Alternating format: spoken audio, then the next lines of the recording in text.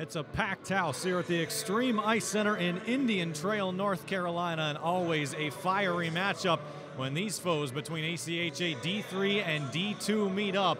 Might as well be a conference rivalry because they're always having some fun against one another. It's your South Carolina Gamecocks taking on the host, UNC-Charlotte 49ers. We welcome you inside Extreme Ice Center. Brett Williams and Robert McCachren here with you back on the Capital City Sports Network.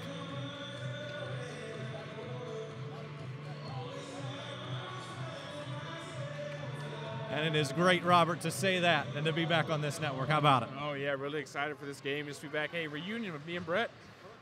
That's what we're here to do. The Gamecocks come out in the road whites. They sometimes flip it back and forth. Charlotte's in the black, and an early shot from the stick of Andrew Miller, always the most dangerous member of this Charlotte team. As we take a look at the starting lineups, we'll begin with UNC-Charlotte. Miller anchors the forward line alongside Thomas Gilmartin and Philip Arnold, who have been playing together for some years. On defense, Patrick Salfia and Ryan Burke are the opening pair, and in goal, Fred Beaulieu, normally the number 3 goaltender on this roster, gets the nod tonight. Jared Ward, who has been essentially the number 1 goalie for the Gamecocks all year after the injury to Bobby Lombardi, he gets the starting goal tonight.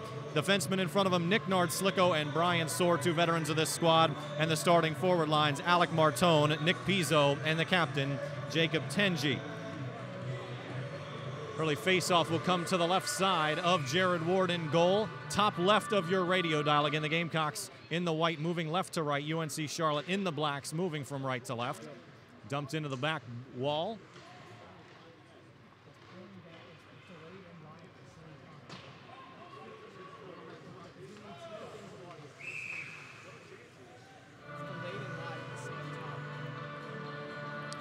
Folks, if in fact you are hearing multiple audio streams, we apologize in the sense if you are hearing it echo back and forth and hearing my voice and Robert's voice twice. If you are not, then excuse us for making that comment. We are still working through the technical end of this broadcast. Appreciate your patience. In the meantime, we'll continue. Big check late on. Nick Pizzo dispossesses and disposes of a 49er, and then it quickly gets up and out of play off the stick of Sean Davis. Already got quick. Both teams playing really quick right now. I'm going to look at Baloo, how he plays here in goal. It's only his second game, it believes, as a starter. He has an 8.7 goals allowed, only a 70% save percentage, so big chance for the Gamecocks here to try to capitalize on that. And, of course, we know with UNC-Charlotte that Andrew Miller, very potent goal scorer with Gilmartin, and Arnold as well as the defenseman was very solid here. Both these teams going to be a great matchup here. Miller leads this team with 30 goals. That's tied for 11th in the country at ACHA D3. And right behind him on the team is half that total at 15, a combination of Arnold alongside Chase Weirden. This comes back down to the defensive zone for Charlotte. Spinning and controlling Justin Gerasimov. And then clears it off to the near side, working up toward the blue line. Max MacArthur looking for it and eventually takes it and moves into the neutral zone. 2-on-2 they go. Charlotte comes in, a little backhand. Not sure if he intended that to be on goal. If so, it was a bit weak and swallowed up by the glove hand of Jared Ward. You can see UNC-Charlotte already on the attack. Have a few shots on net already here in this potent offense. Here, like we said, angle with Miller, Gilmartin, and Arnold. But let's not forget some of these role players as well. And the second and third lines are very dangerous players as well. So face-off's going to be critical here for the Gamecocks in their own zone, trying to win those, not allow UNC-Charlotte to get offensive attacks. Right on cue, they do win the face-off, can't get it out, eventually bounce it around and play it to center. Well, that was a good win on the far side. Over the 49ers win it right back in the neutral zone and dump in once more. Gamecocks get to it first. In control, Alex Siegfried on the far boards. Now poked along on the back wall, Eric White works his way around and he's stolen up in front. Charlotte tried to get it right back, could not, and the Gamecocks eventually get a stick on it, send to center. Taking a big fall, Sean Burke, and an opportunity for the Gamecocks the other way. Quick shot, and it was deflected by Beaulieu, his first save of the night. Gamecocks will keep it in from the left point. Now inside left circle, trying to get a stick back to it. Good body work on the inside by Matthew Fawcett to deny the opportunity. And it bounces over to the far glass. Zach Broski in control for the 49ers. Plays it lightly up the dasher. Dodging on a check was Philip Arnold. Now on the near side, Michael Ray for a moment. Now played up front. Gamecocks 2-on-1 opportunity in front, but Ryan Burke there to steal it away from behind before either Gamecock forward get his stick underneath it. And the Gamecocks will dump and change. Yeah, good open ice play here from both teams. South Carolina tried to capitalize on a mistake. UNC-Charlotte Ballou was right there and said no and was able to stop the puck. Icing waved off. Now the 49ers, decent opportunity in front, got denied. They tried to play it up to the point and said it went out. And having to let it go and retreat, Patrick Salfia. On up through center. All the way down right to Beaulieu. Jacob Tenji hustling in toward the crease. And he'll have a face-off to the left side of the 49ers netminder. Yeah, you're already seeing UNC-Charlotte with that speed. One of the big things they're using to capitalize on the speed is their entries into the offensive zone. If you can get a clean entry into the offensive zone, it sets up a really good attack, and UNC-Charlotte has been using that to their advantage and getting some good offensive plays. Jeffrey Kostrebski was sniping right off the face-off. Tried to shoot it straight away, won it off of Matthew Fawcett, but the shot went wide. Now it goes all the way down to the right side of Jared Ward. Big collision by a pair of players. Now controlled at the point briefly by MacArthur. Check that Salfia. He will be unable to keep it in once more. He's ended up trapped just on the left point. Bad clearance attempt by the Gamecocks, but a better check on the return as Matthew Fawcett tried to go one on nobody, ran into a white wall. Light touch trying to come out. Andrew Miller snakes it away and has a 5-hole goal. You just simply cannot turn it over. That's a new addition since we were here last year, the goal horn here at Extreme Ice. But nonetheless, you can't turn it over to Andrew Miller right there, Robert. You definitely cannot, especially in the middle of the ice. That was a bad turnover, and it seems like right now UNC-Charlotte has been getting a lot of those 50-50 pucks. And right there, Andrew Miller, one of the guys that you said, 30 goals, make that 31 now in the season. Cannot allow him, especially in the middle of the ice, be able to get an easy shot on net. Unassisted at time 4:04. Andrew Miller makes it 1-0 UNC-Charlotte. This is the second time these two teams have met up this year. The first way back in September, the season opener. Another puck loose in front of Ward, but the Gamecocks get it out. That was a 7-5 win for UNC-Charlotte. Last year, the Gamecocks 2-0 with 2 overtime wins, 2 of the most exciting games we ever called, both at the Plex and up here in Indian Trail. We were with you for both of them.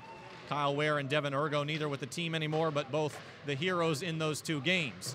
And again, this year it was Charlotte that really set the pace in that season opener. Had that game well in hand. The Gamecocks, a couple of late goals to make it a little more interesting. Once again, UNC-Charlotte is on the attack there. Great job, though, by the goaltender, Jared Ward there. Nice blocker save there. Keeping UNC-Charlotte off the board there. I believe that was Arnold there trying to get a snipe right down the middle. And great job there, pad save by Ward. Philip Arnold, again, another one of these 49ers veterans the Gamecocks will be forced to contend with. This dumped on around. Fred Beaulieu out behind. He was pushed hard from behind by Tenji. Check that. Tenji up at center ice with it here. Alec Martone was providing the pressure on the goaltender. McPizzo waited, then dumped, and the Gamecocks will change lines. Whiffing on the pass attempt, Gerasimov, but no harm done. This will be as Jacob Tenji does a nice job stealing it at center ice, comes on in front, and they score! Sean Davis on the pass in front from Tenji. We're all tied up. And just like that, Gamecocks respond, definitely what they needed, but you know, another open ice turnover there, right in the middle of the rink almost. Great job by Tenji, nice little puck dangle there, and then found the stick down on the ice there for the Gamecocks, and an easy tap in, wide open net, and just like that, tied 1-1. And Brett, looks like some of those other games we called before, it's going to be back and forth by both teams. Those 2 games last year, 6-5, and if I'm not mistaken, 4-3, the 2 finals in those overtimes. But one thing was for sure, these teams go at it and score in bulk as soon as they get the momentum on their side. Controlling in the neutral zone. Now a little turnaround shot down from Zachary Usinger. Time of that goal, 5:30. Sean Davis again the goal, Jacob Tenji the assist. Now on around and blocked down. James Hatton controls and clears the center for South Carolina. And now working on forward. A couple players battling for the puck. It's loose right circle and then cleared up into the net off the stick of Mike Aquila.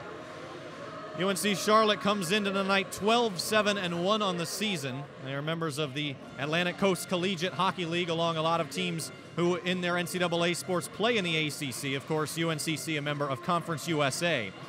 But the 49ers 6-5 in that conference, 5-1 in their Carolinas division. and thus have clinched a playoff spot, awaiting just the seed in that tournament. The Gamecocks 8-9-2 overall, 2-7 in the SEC-HC, and have already clinched the 6th seed in that tournament. Coming up next week, we'll take on the Kentucky Wildcats, new to the conference this year. Even though they still play in D2, the conference welcomed them this year, and the Gamecocks will face them for the first time at Fordyce Center next Friday. Yeah, they got a good win against College of Charleston here. Another win here, and like Coach Sherwood said, they could be in the regional playoffs as well. So big-time game here for the Gamecocks. They're going to try to get inside the playoffs, inside the top 10. They're sitting at number 12 right now, so a win tonight would do dividends, and that's essentially what happened last year. The Gamecocks, with those 2 late-season wins against the 49ers, found a way to claw into that top 10 and almost got a win over USF in the first round as well. Yeah, this UNC-Charlotte team is a very quality team. So if you can get a couple wins against this team, you're in good shape. Gilmartin clawing in, but didn't get his stick free to get a good shot on it. Instead, it just floated up and right easily into the catching glove of Jared Ward. Yeah, defensively, both these teams don't seem to be playing up to potential. They are. Maybe it's just that both teams are very good offensively, and their offensive weapons from both sides is really showing through right now. These defenses and goalies are going to buckle down, and this looks like it's going to be a long ride for both. Eric White once again on the face-off. Thomas Gilmartin, a loose shot. And Jared Ward spun over. He had no chance at it. It just ended up on the outside part of the cage. Now comes over to the near boards. The Gamecocks will clear it on out onto the far side. Icing waved off as it's in hot pursuit and brought down by Ryan Burke. Plays it over to the near boards. Controlled in the right circle for a second, then won right back by Charlotte. Michael Ray on through center. Bounces off of a few skates into the 49ers offensive zone where it's corralled by the Gamecocks' Grayson Curry. He plays it on through as they battle for it in the neutral zone. Curry comes up, wins it, comes through center, trying to start the offense. Runs into Ryan Burke instead of just a quick backhand with the right hand. Plays it on down, now controlled near side. We'll have our first penalty of the night. Yeah, good move there by number 18 for the Gamecocks, Ian Powderly. Little stick move in the inside and got tripped by one of the UNC-Charlotte defenders there. And interesting, Brett, as we talked to Sir Wall, he says he's going to start off with the power play. Very ambitious, he said, with 5 forwards. Very unconventional. Most of the time in the NHL and most leagues, you'll see maybe 4 forwards and 1 defenseman. Very ambitious here, trying to score those goals here with 5 forwards. Well, he knows the challenge that his defense will have to deal with the great forwards of the 49ers, so he wants to get that knockout blow early, and that's what he'll do. Gamecocks setting up on the near point. Can't quite get a stick to it as Matt McCoy did instead for the 49ers, but it's one right back. Jim Hatton for a second. And now McCoy will bounce it off of a stick and out of play into the net just to the right side of the 49ers bench. Nothing materializing in the first 18 seconds of the power play. UNC-Charlotte, their penalty kill is all about pressuring the puck handle. They'll play sort of box formation, but they want to make sure that whoever's handling the puck is very uncomfortable and trying to look for those quick pick steals. They right up at the point, looking on down, controlling at the red line, on a cross, open opportunity, and they score! Bobby Van Duzen makes it 2-1. There's your early shot and early goal. Hey, just like Sir Wall said it, right? Wants to be very ambitious, and with 5 forwards out there on the ice, it's going to be very hard to stop that. And we saw right there paying off that very ambitious move there by Sir Wall, and Gamecocks in a 2-1 lead, looking really good very early. Already converting on the special teams. Time of the goal, 8:04. Off the stick of Bobby Van Duzen.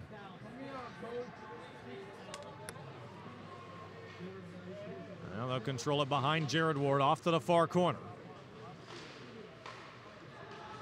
Gamecocks trying to work it back up through center. Offensive fireworks already getting going. Again, both of these teams a number of times this year have just really found their spurts. Sometimes they come early in the game, sometimes they come late. Can't sleep on the offense of either of these squads for the full 60 minutes. Gilmartin in pursuit, looks toward the center, took a weird bounce. Jared Ward lucky that it didn't come right to him as he didn't see it. Now it comes out to center. Gamecocks trying to dump in. Zach Broski wanted to lay the lumber on Alec Martone. Martone made a late second dodge and got out of the way. Now the Gamecocks controlling it at center. Working their way in, tried to slip right through. Did Nick Pizzo. Eventually wrapped it on around. Charlotte on the far boards. Fans celebrating the fancy footwork of Philip Arnold. I'll change lines, then coming out quickly and picking it up the other way. Here's Chase Weirden, works his way into the slot, spins around. He was looking for Michael Ray. The pass was errant. Now up in front, Philip Martin, a little backhanded deflection. He was looking for it. Jared Ward on top of it, however, inside the crease. Yeah, UNC-Charlotte being very opportunistic there. They just can't seem to find the final product, and that is getting the puck in the back of the net. A couple of centering passes going a little awry. And right there, UNC-Charlotte almost had a goal, but great block there and good defense there by the Gamecocks. Face-off will come to Ward's left. Won immediately by the 49ers, and hustling out a shot, bounces off the near post. Now cleared off to the far wall. Both teams going for it. Comes inside the right circle. Now taken by South Carolina. Tried to bounce it off the high glass to center. It came right back even with the blue line. But it is won by South Carolina at center. Now played back around. Sean Davis tried to get his stick under it. He could not. Moving the other way, Patrick Salfia. Tries to come up for Michael Ray. Ray has it. Blockers in front. Bounced off of somebody and came right back to him. Now to the left point, it works its way down. Grayson Curry picks it up in the corner for South Carolina. Looking to get it out as they battle for it right in front of the Gamecocks bench, bottom left of your radio dial. Coming out with it, Chase Weirden. Ward got his stick up high. The shot was even higher. And it went off the back wall, controlled by South Carolina on from behind, and now laid up to center. Weirden almost kept it in. Had a couple of feet behind the blue line, so it didn't matter. As the 49ers retreat into their defensive zone, wait for a couple of fresh legs to get on the ice. That through toward Matt McCoy. Bounces back from Sean Davis. Gamecocks in the offensive zone. Working inside the right circle. In control, Ian Powderly. Working his way behind, runs into a couple of black jerseys. Matt McCoy leading the charge. Full carnage as several players hit the ice and the fans loving it. Jim Hatton plays its way down. Everybody fighting for it. Here's South Carolina from behind. In control for a moment was Pizzo, and now brought up. On to center they go, Zachary Usinger. That's one right back by the Gamecocks in center, as once again another 49ers breakaway thwarted. Very physical play here. UNC-Charlotte almost giving a dose of USC's own medicine there. We've seen those attacks on the boards, and both teams now, it seems like USC is starting to respond. And the physicality for both sides is definitely starting to pick up. Charlotte will dump it down. Icing is called, and with that, we bring in first inside the glass, now back up with us. You know him as one of the new voices of Cock Hockey. It's Dillon Clark. Dillon, this place is going crazy, and the game's reflecting it. Yeah, Brett, we talked a lot early on about the offensive presence of UNC-Charlotte. The one thing we didn't expect is the home team advantage. We've never seen a game. This arena is absolutely packed to the gills. The electricity here is something that's really working against the Gamecocks, and I think they're doing a great job of keeping themselves calm on the bench and to try to get things flowing their way. They'll control it behind here, and Robert McCachren and myself, we have both called a few games for the 49ers, both working in Charlotte since our graduation from USC. And I can definitely say that neither one of us have seen the arena quite like this. You are absolutely right, Dillon. We look forward to hearing more from you as this game continues. Controlled from behind. Now the 49ers try to get it out, and they do. On through center. Miscommunication from the Gamecocks sends Grayson Curry all the way back into the far corner to corral the puck. He plays it up to Jeffrey Kostrebski, who goes to center. Kostrebski, the point leader for this Gamecock squad, also leads with 14 assists. He's tied with a host of his fellow teammates with 7 goals, second behind Sean Davis and Jacob Tenji. That's, of course, coming into tonight. Davis now with 9 goals off the assist from Tenji earlier to take the solo possession of the team lead. Pizzo works his way up to Martone, stolen away by his teammate Jacob Tenji, and he works it in. A high shot saved by Beaulieu, but a great sneak attack by the Gamecocks captain. Nice tic-tac-toe play there, and Tanguy was almost able to score there, but Beaulieu with the glove hand was really quick. Saved a Gamecock goal, but I like the way the Gamecocks are playing. Usually, I think UNC-Charlotte's a little bit of shock here because they're usually dominating possession, and right now USC has brought it right back to them.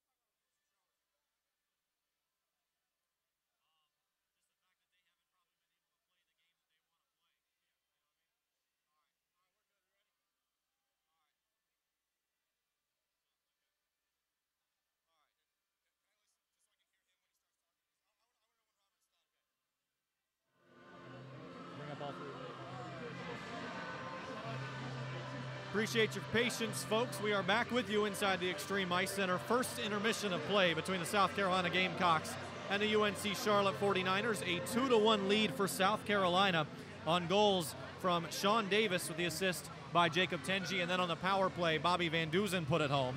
Andrew Miller the goal for the 49ers.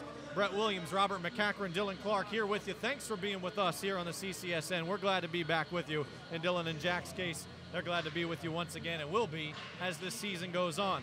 Robert, this team for the Gamecocks tonight, they've really enforced their will. UNC-Charlotte unable to play the game that they've really wanted to. South Carolina's dictated the pace of play. Yeah, UNC-Charlotte, they love to play fast, use their pace to their advantage, get out on the counterattacks. But so far, UNC's really stymied those attacks. UNC-Charlotte's offense loves to get those passes off the boards, and USC's Gamecocks have been right all over it, getting several turnovers, leading to one of the chances they were taking. And Gamecocks, they're doing exactly what they want to do. Good play, being quick, these little tic-tac-toe plays, exactly what you need in the offensive zone. On power play, 5 forwards. I was a little skeptical when I first heard it, but we saw it right there. A real quick goal, just dictating play of those forwards did really well. And I just think that one of the things they're really doing is picking up the physicality both sides are. It's leading to a much more physical game, and both sides really getting into it. You knew this game was going to get physical. It was just a matter of who ended up winning it. So far, it looks like South Carolina. Dillon, you spoke with head coach Alan Sirois. What did he tell you about what he's seen from his team in the first? I did. I asked him specifically about that physicality over everything else, and he just kind of looked at me and smiled. He said he was really a fan of the physicality. He didn't expect our team to really come out with that much of an edge to it. He says it's really working in our favor, and the other thing he likes is the Gamecocks are keeping things really simple. They're getting pucks on net, they're chipping it deep, and they're pressuring as well. A lot of times you'll see the Gamecocks will chip it in, but they won't apply any pressure, and that comes back to bite him later on. Head coach Alan Sirois says he really likes the simplicity, and they're going to try to keep it as simple as they can for the rest of the game. South Carolina, if there's one thing we've learned about this program in the last couple of years of covering them, it's the fact that this team shows up for big games, win or lose. They're going to make it close. They're going to do everything they can, and oftentimes they're going to pull the upset. They fear no one. Yeah, we saw it last year, too. Played really well against the same UNC-Charlotte team. We talked about them just as then as, you got Andrew Miller, you got Thomas Gilmartin, Arnold, some top players, but when it comes down, push comes to shove, USC has definitely been right there and shut down and not been afraid of those kind of players and teams. 1:50 left before we get going with the second period, so we will step aside for just a moment. It's Gamecocks 2, 49ers 1. Back with the second in just a moment. This is Gamecock Hockey on the Capital City Sports Network.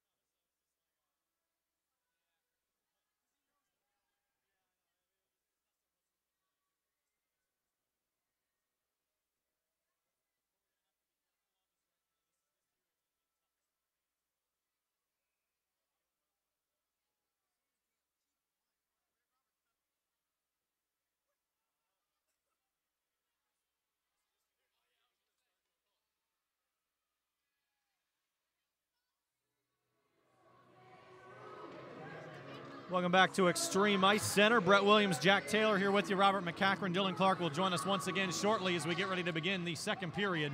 Gamecocks 2, 49ers 1. Here we go. South Carolina wearing the whites with the garnet stripe across the middle of the block C and the chest. Black shorts except for Jeffrey Kostrebski, who always wears blue. As for the 49ers, they come out in the blacks with the white shoulder pad and the white stripes along the wrists and the waist and the shins. Drifting forward, Ryan Burke, a shot went way high, hit the top glass, and now bounced around the corner. On forward and now flopped through center, but back by Chase Weirden. Here come the 49ers. They move left to right on your radio dial here in period 2. South Carolina moving right to left. Now drifting in, Arnold, a shot comes across the net mouth. He missed wide, it didn't have much of an angle. Alec Martone trying to control off the far board. It bounces around out of the near circle. Coming up Andrew Miller, and a whistle comes from the backside. And net came off his moorings there. But it seems like right now, UNC-Charlotte definitely responded here and came out here moving around much quicker and getting a lot more shots on net. So it's up to the Gamecocks now to fire right back and respond and get back to the way they were playing before, where they were shut down and stymieing the UNC-Charlotte's offense. That is Robert McCachren. We're back with him here. And Robert, you have, since graduation, you've actually joined the forces of the 49ers in facilities management. Is that right? I sure have. So still a Gamecock at heart. So well, for sure. Bosses don't hear that. It'll be all good. And you wouldn't be on this broadcast if you weren't. I can tell you that. I'm the same way. I actually work for Queens University of Charlotte, Division II school in the South Atlantic Conference. Number 2 ranked men's basketball team in the country, currently at D2. A bit of claim to fame for them. But both glad to return to our Palmetto State roots tonight. It really is quite a good feeling. Absolutely. Just be reunited with you in the booth, Brett, and watch some good old Gamecock hockey. Oh, we haven't seen a lot of tonight is some penalties. I mean, there have been no nachos served. Where are they? Brett, I hope he didn't just do the commentator's curse. And we're going to have a lot of penalties now. I'm expecting something whether or not I said it. Let me tell you that. The way these two teams always play each other. Yeah, with the physicality goes up, a lot of times the discipline goes down as well, and that's where you'll see a lot of teams take those stupid penalties that there's no need for. Only one penalty called on each side in the first period, and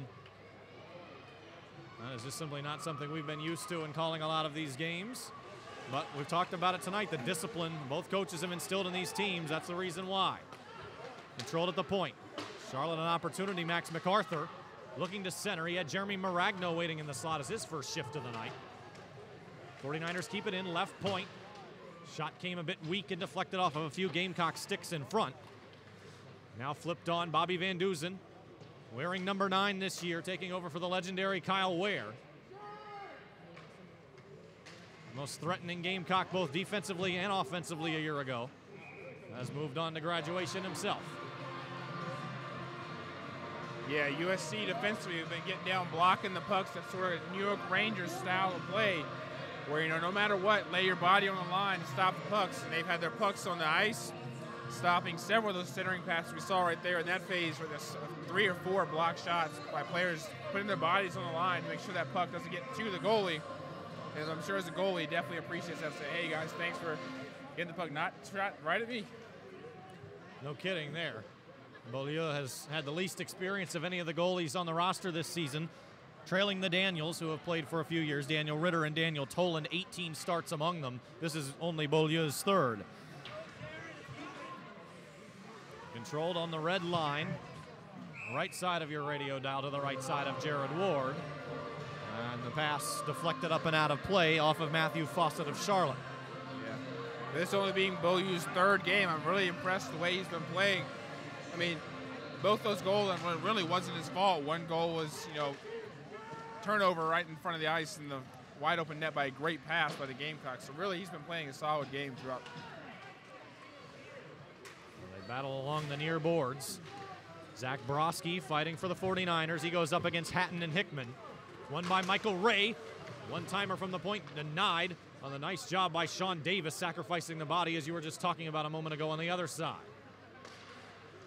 Chase Weirden right at center ice on top of the X to mark the logo of the Extreme Ice Center. This is one of 2 rinks here in this venue, the so-called train rink, opposite the main rink, but it is the primary rink of the 49ers. Jared Ward comes out inside the trapezoid, almost runs into trouble. Chase Weirden was there to take the puck, but his pass toward the point didn't go to anyone in particular. 49ers will change lines as they control in the near corner. Bringing his way out, Duncan Hickman. Now sends it towards center all the way through. Controlled by Charlotte down on the far side. Now they work back out through the neutral zone. Coming along across. Having it for a moment was Patrick Salfia. Now taken down, Sean Davis. The fans wanted a penalty. Instead, they'll get a 2-on-1 opportunity, but they were trying to get it to Alex Ibrahim. He didn't get his stick to it. Salfia down to Ibrahim again, who's right behind the net. Now up top to the point, Matthew Fawcett. Couldn't get there. Controlled once again. Shot deflected high. Fawcett now on the near boards. Hickman pushes him. Hatton now decked from behind. That's going to be a penalty, and the Gamecocks will go on their second power play of the day. A little face washing coming on between Hickman and Fawcett.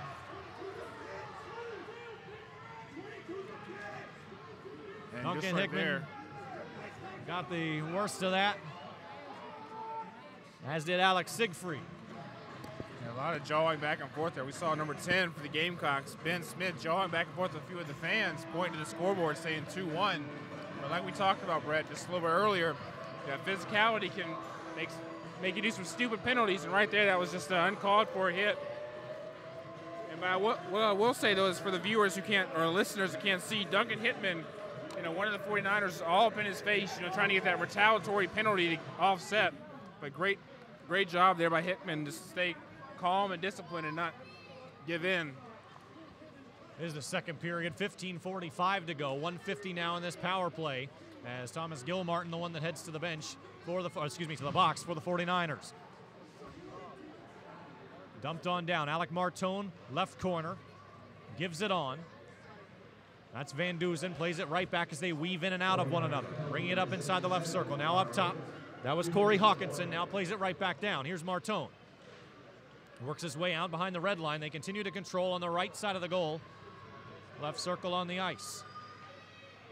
Now played back up. Stolen away briefly. And now wrapped all the way around. Came around the boards and all the way out to center. Now Jeffrey Kostrebski plays it on back, looking towards center. Almost a minute gone in the power play. Here's Alex Kranis, works his way to the corner. Works his way around a couple defenders, was looking for a teammate in the slot, and it went all the way through. Jared Ward comes out of the crease, plays it to center, but plays it to a 49er. Working their way back, shorthanded opportunity. MacArthur denied by Sean Davis in transition defense. Miscommunication from Ward again. He went right to Dave Cochran's stick and straight up in the air. Cochran, though, corrals for South Carolina. Gamecocks all out of sorts on this power play.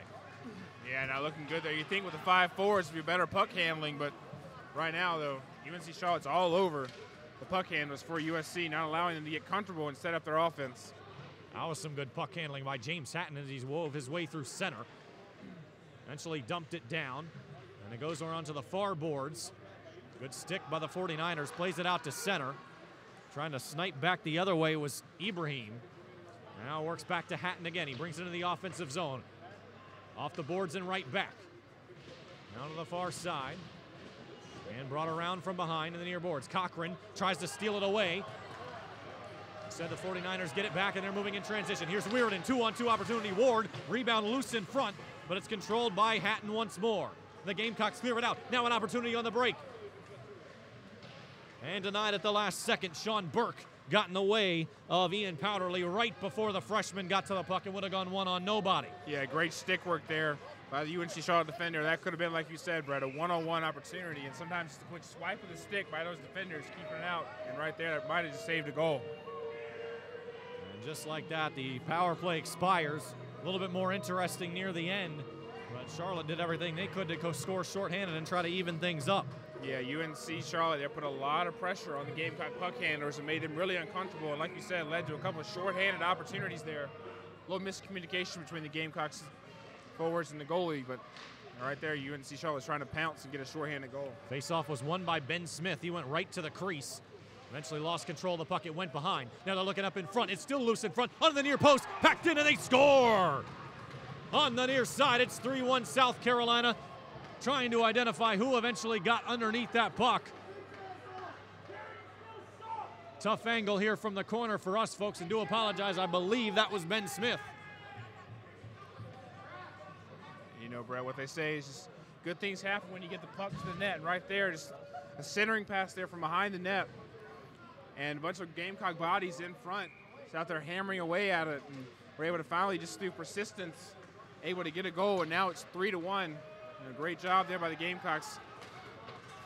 We've seen both these goaltenders have a little bit of trouble with their rebound control, and right there we saw it go through for Ballou.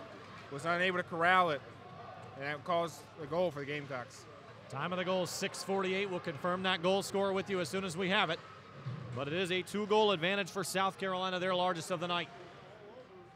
And their third unanswered goal, I should also add. Andrew Miller got things going at the 4:04 mark of the first period. The Gamecocks scored again, or scored for the first time, I should say, about a minute and a half later. And have taken control since. Ben Smith indeed the goal scorer. 49ers trying to come back quickly the other way. A shot comes, swallowed up by Ward, pushing and shoving at the last second. Southfield lit up. Will there be a penalty? A little bit of late pushing. Here's Gilmartin diving at the legs of the Gamecocks. Now Miller and Van Duzen going at it as the fans add to the fracas by pounding on the glass from behind. Yeah, a lot of physicality. I believe they're going to call Solar here for a penalty. Interesting, I believe. Yep, I believe he's going to the penalty box. Oh, we at least have Chief two had to Gamecocks. bang it open. Looks like a box. pair of Gamecocks in the box.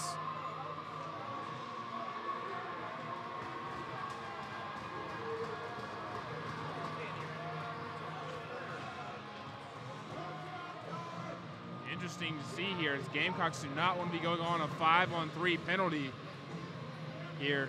And I was about to say, Brett, before this all happened, that USC definitely cannot afford to take their brakes on the gas, because this UNC-Charlotte team is such a very good, high-power, high-potent offense that you give them 1 inch of space. No, all right, looks like we're going to have one more for UNC-Charlotte going in as well. So probably a 5-on-4 or 4-on-3, depending on what the refs call it. Definitely looked like Soar was the initial aggressor as he took out Salfia well after the whistle. Then Gilmartin, who is still out there on the ice, so he's not the one that went to the box for the 49ers. He dove at the legs of Soar thereafter, but he stays out. McArthur ends up being the one, Max McArthur, to the box for the 49ers. And I believe Bobby Van Duzen is the other Gamecock in the box. So it does appear it will be a 5-on-4 in favor of Charlotte, as there are 5 skaters in black. Jacob Tenji, captain for the Gamecocks, still discussing it with the official. He will join 3 other Gamecocks in white to form the first penalty kill line. 12:27 to go in the second, 3-1 South Carolina. And a 2-minute power play coming up for Charlotte. The 49ers are 0 for 1 with a man advantage today. Yeah, and Brett, of course, UNC-Charlotte with Miller, Gilmartin, and Arnold. And I believe Weirden may be out there as well. Yeah, there are 4 heavy hitters there and point scorers. It's a very dangerous power play here. Miller wraps from behind, works his way up to the point. Now a shot comes in. Ward hardly saw it, but got a piece of it with his left pad and kicked it out to the right. Now controlled on the far boards, brought in toward the left circle, now back up to the point. Controlling is Salfia, knocked aside by Alec Martone. Good stick work, plays it off the center, and forces the 49ers to clear the zone.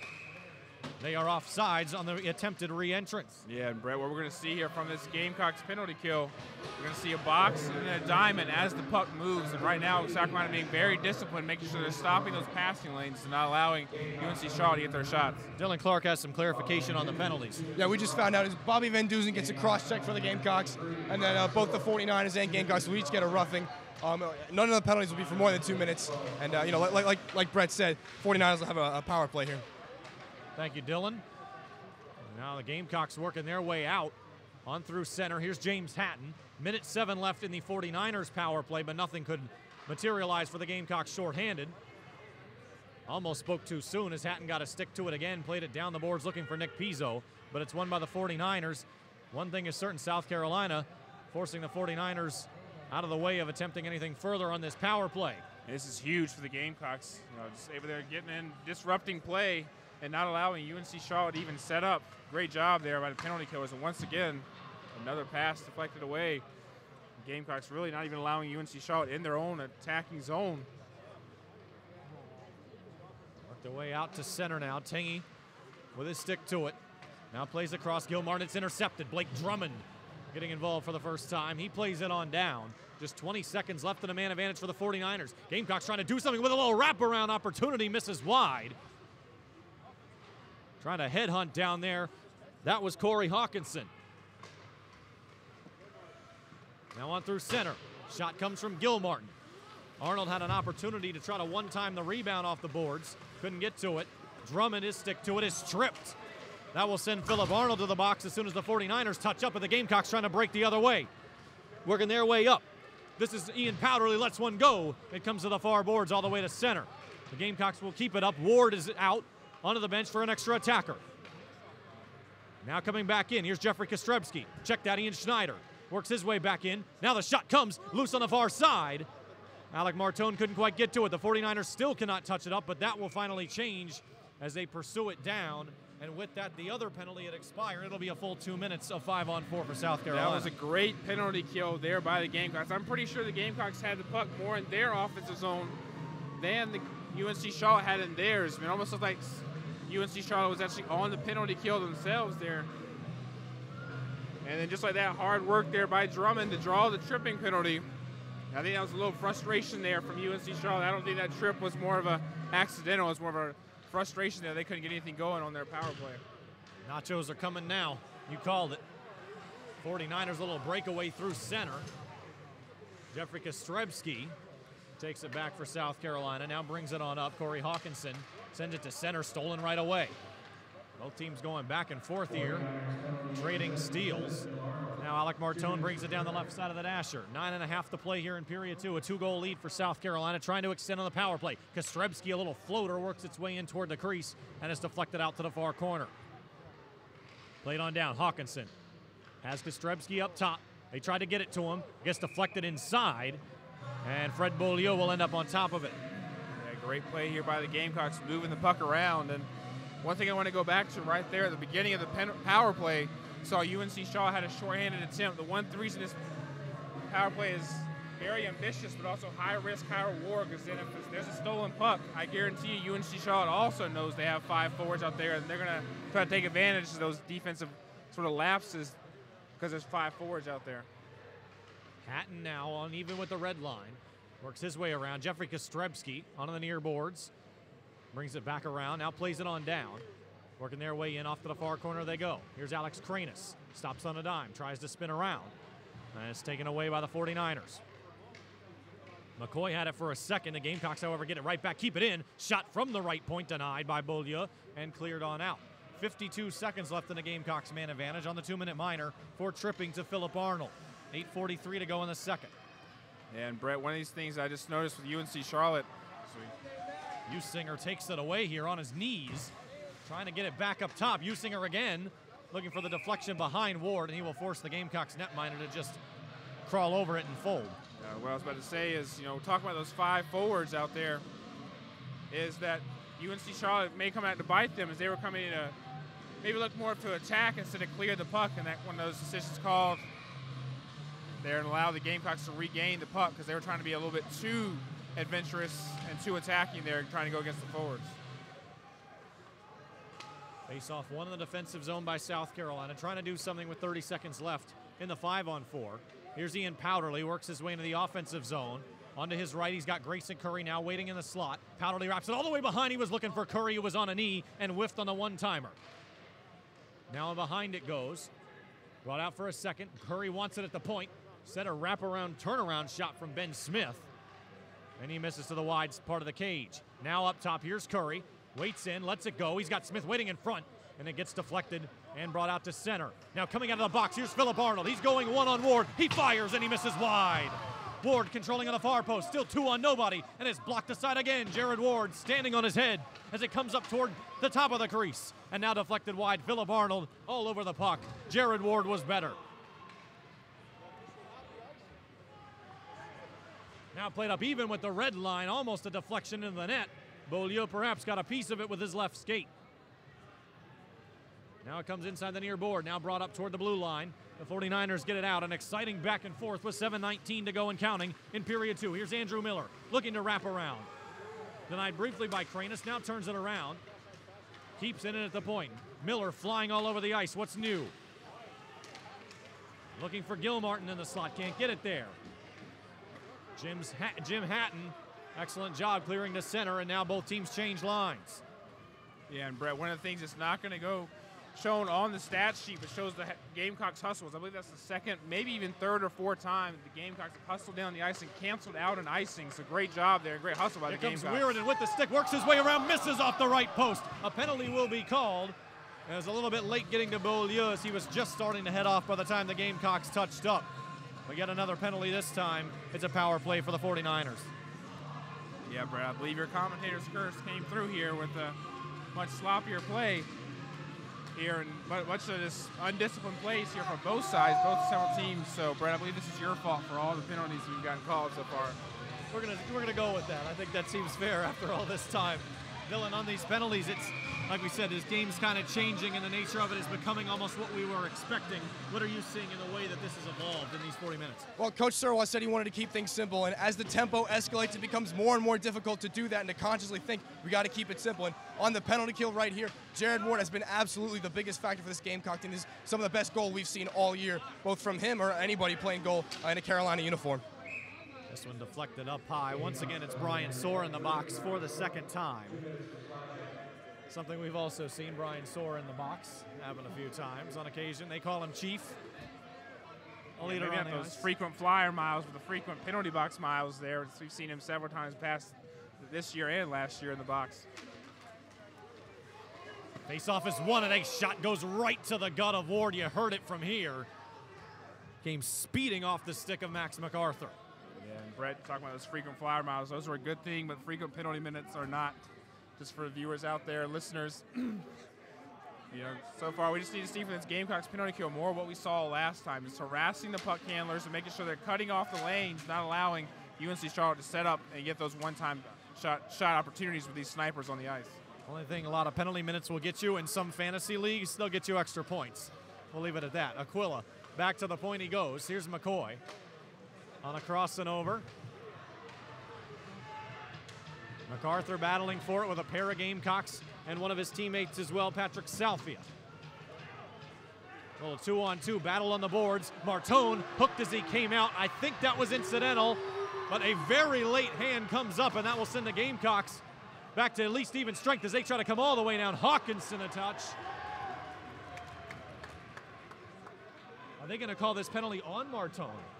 Now, I believe what happened was the referee was calling delayed offside, so UNC-Charlotte had to go back past the blue line. That was what the linesman hand was up for, I believe.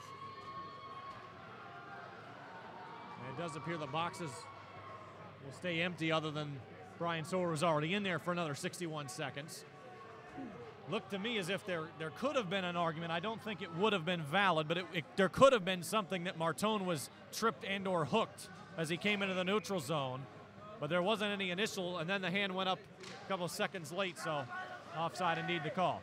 Gamecocks win the defensive zone faceoff. Played up the boards by Dave Cochran, who before the game was sporting his Philadelphia Eagles cap. He'll have a rooting interest in the Super Bowl on Sunday. So will you, Robert. I definitely will. Go Pats. Brought on into the offensive zone once again by the 49ers. Philip Arnold off the post again. The net came off its moorings. Referee didn't see it, but took a few more seconds, and now he did. I don't know what it is with this goal, but it seems to be a lot of times goals been off the moorings. When I was here for the earlier game with USC, and last year, the moorings just came off a lot of times. So I'm not really sure what's going on with that, but I'm sure the Gamecocks take the stoppage play. At least they're not pulling a Henrik Lundqvist and just pushing it off its moorings intentionally. Shot comes, a little floater is popped up in front. Jared Ward got his glove to it and froze it again.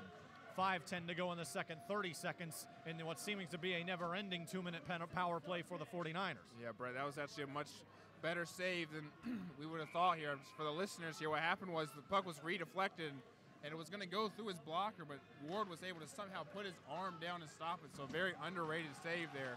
Great job by Ward. I've been really impressed with this play.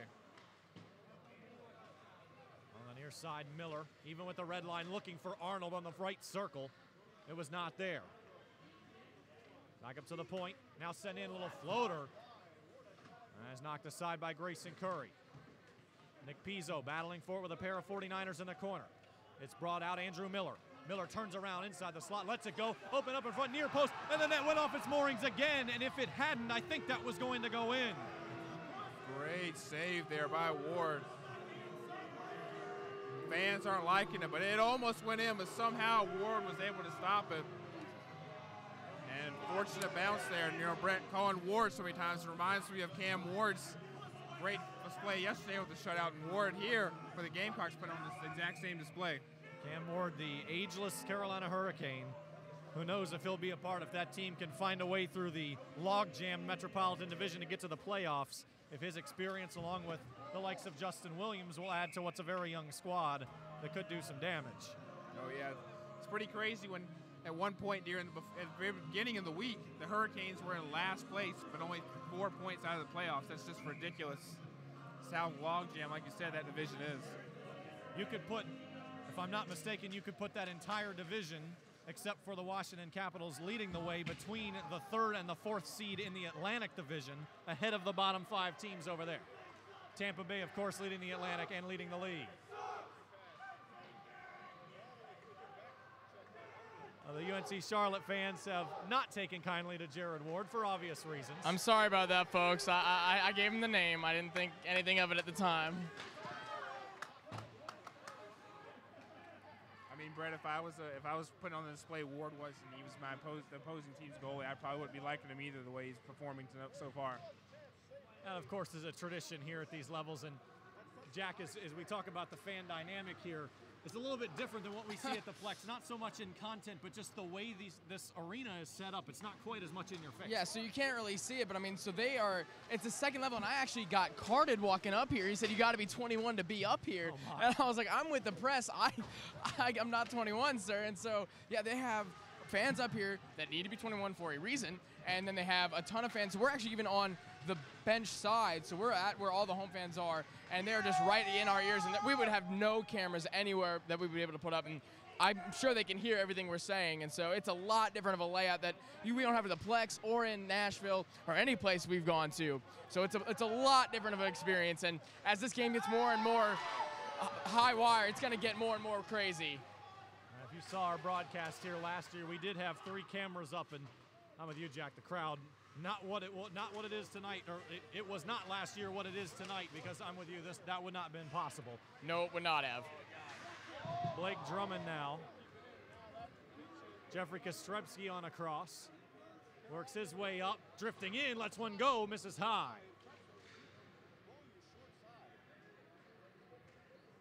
Now on around it goes to the far corner. Blake Drummond working their way up through center. Here come the 49ers once more. 2.5 to play here in period 2. Still a 3-1 South Carolina lead. Andrew Miller scored the first goal tonight for Charlotte 4 minutes in. The 49ers have been held scoreless since. On to the near boards. Matt McCoy lets it down low for Mike Aquila. Brought up by Max MacArthur. Right back for Aquila. Off the pad of Ward. Loose in front. South Carolina with a couple of sticks to it. And now brought out. On the rush forward. Ben Smith lets it go. Drifts right toward the crease. Smith, another opportunity. Little turnaround shot with the backhand. And it's denied. On behind the cage it goes. Play it loose in front once more. Poke checking and underneath. Fred Beaulieu. More pushing and shoving ensues after the fact. Ben Smith involved.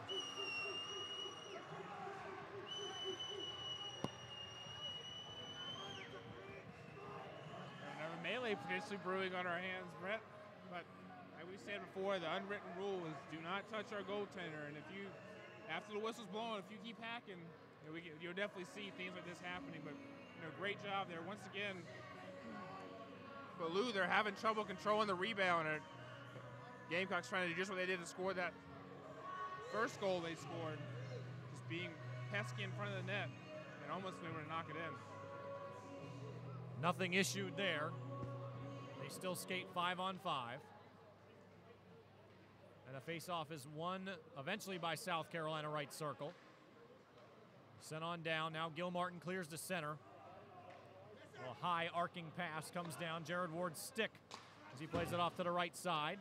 Comes around the near boards. Matt McCoy first to get it for the 49ers. He plays it down toward the near corner. Phillip Arnold now trying to center. Bounces dangerously off the right shin of Brian Soar. And it comes all the way around. McPizzo pursuing to center. Matt McCoy beats him to it for the 49ers and puts it back into their offensive zone. Minute 18 to go in the second. We'll have the second intermission report coming for you with more reports from the glass in just a moment. This puck frozen on the far sideline as it went up and out of play. Yeah, but Brett, good job here by both teams. And so far, it seems like UNC-Charlotte has turned the tables on the Gamecocks here. They've been dominating, more possession, and they've been doing exactly what the Gamecocks are doing, which is being aggressive on the forecheck and not allowing any passes along the boards, really shutting those down. And it's led to more opportunities for the 49ers. We're open in front. Arnold. Ward couldn't hardly see, had a massive humanity in front of him. That's played down. This one touched up and into the netting, out of play. Another good save there. Those dribbling, rolling pucks sometimes can be hard for goalies to judge right there. Good job, Ward, just padding it away.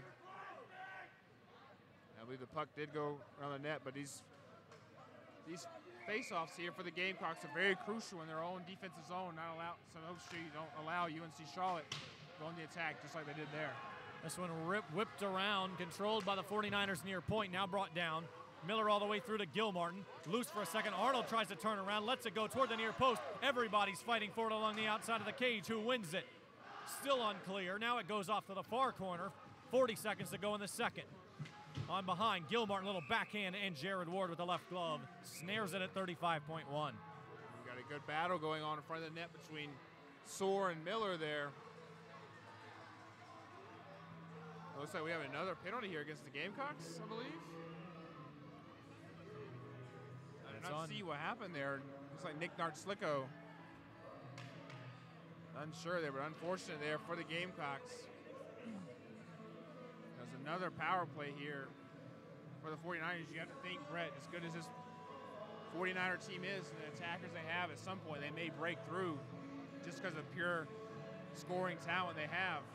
But we'll see here if Ward in this defense penalty kill can play well. We've seen Soar, Nartslicko, and Curry, and Drummond as well, all three getting good battles and bullying the forwards who are trying to screen Ward. So we'll see if that can continue here for the Gamecocks. Soar on the ice for now. Nartslicko the one in the box.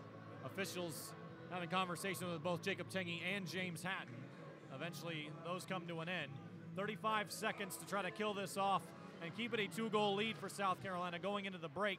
Just a reminder, Andrew Miller scored with less than 10 seconds to go to send the second meeting last season into overtime, a game the Gamecocks eventually won. Now off to the far side, a little backhanded opportunity. Miller was there, but couldn't get it away. Jacob Tengi on defense this time, and now it works its way back to the crease and underneath Jared Ward at 20 seconds to go. Good scrappy play there by the Gamecocks. They've been doing that all night. Not only just on the penalty kill, but throughout the whole night, putting their bodies in the way, sticks on the ice, which is huge, trying to cut off those passing lanes against UNC-Charlotte. Face-off won by Tengi, but couldn't get it all the way out. Tried to get across the blue line. It's brought back in. Andrew Miller on the red line, trying a little give and go. Now loose up and for a few people. Here comes McCoy. Works his way in right circle. Hesitates, trying to wrap around the other side. Little back play. Gilmartin one-timer scores.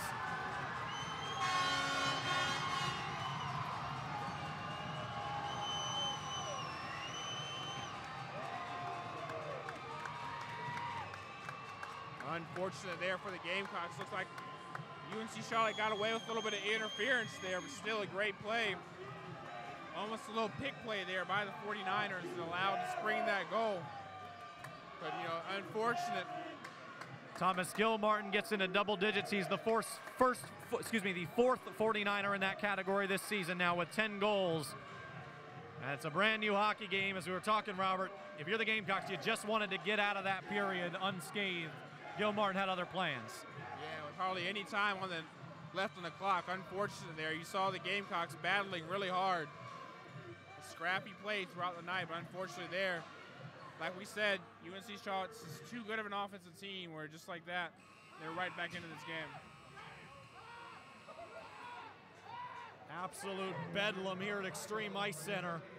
And we've still got 20 minutes to play. You do not want to miss this one, folks. Stay with us. We'll have the second intermission report, a report from inside the glass, and a whole lot more fun and games, and perhaps a little bit more than that. It's Gamecocks 3, 49ers 2 on the Capital City Sports Network.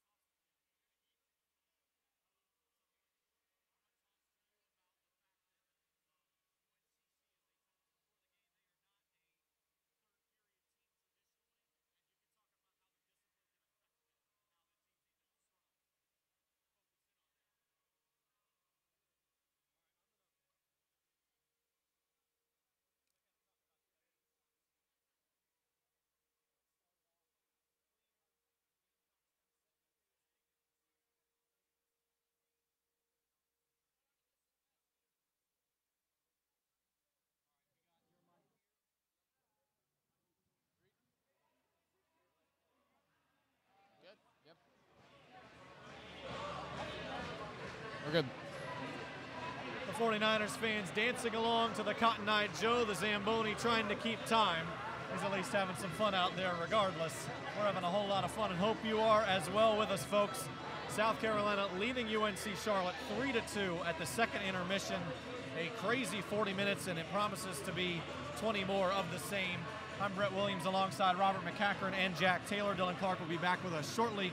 Thanks for being with us. And the goals coming in the second period, it was Ben Smith at time 6:48. A little poke check on a loose opportunity in front for the Gamecocks to make it 3-1.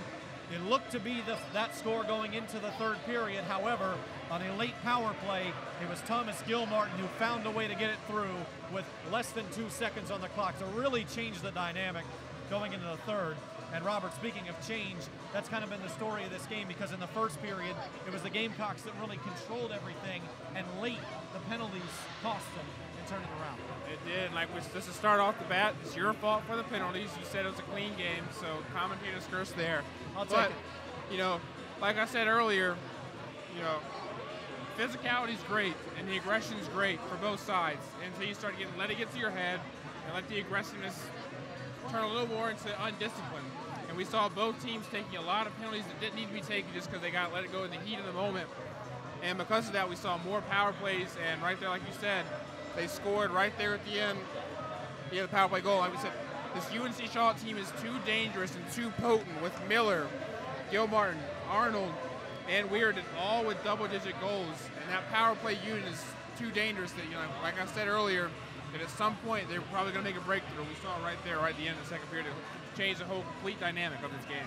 Now, we talked with Jeremy Maragno, one of the captains for the 49ers, earlier, right before the game, and as he pointed out, a couple weeks ago, they took on NC State, a team they had not beaten in 4 years, and a team they traditionally, as they will tell you, don't tend to play very well. They had a 4-0 lead in this building going into the third period, ended up escaping the Wolfpack and getting that first win over in 4 years, but it was a 4-3 final. As he said, they've had some struggles in the third period. Again, we go back to last year at the Plex. The Gamecocks trailed 5-2 going into the third and won that in overtime 6-5.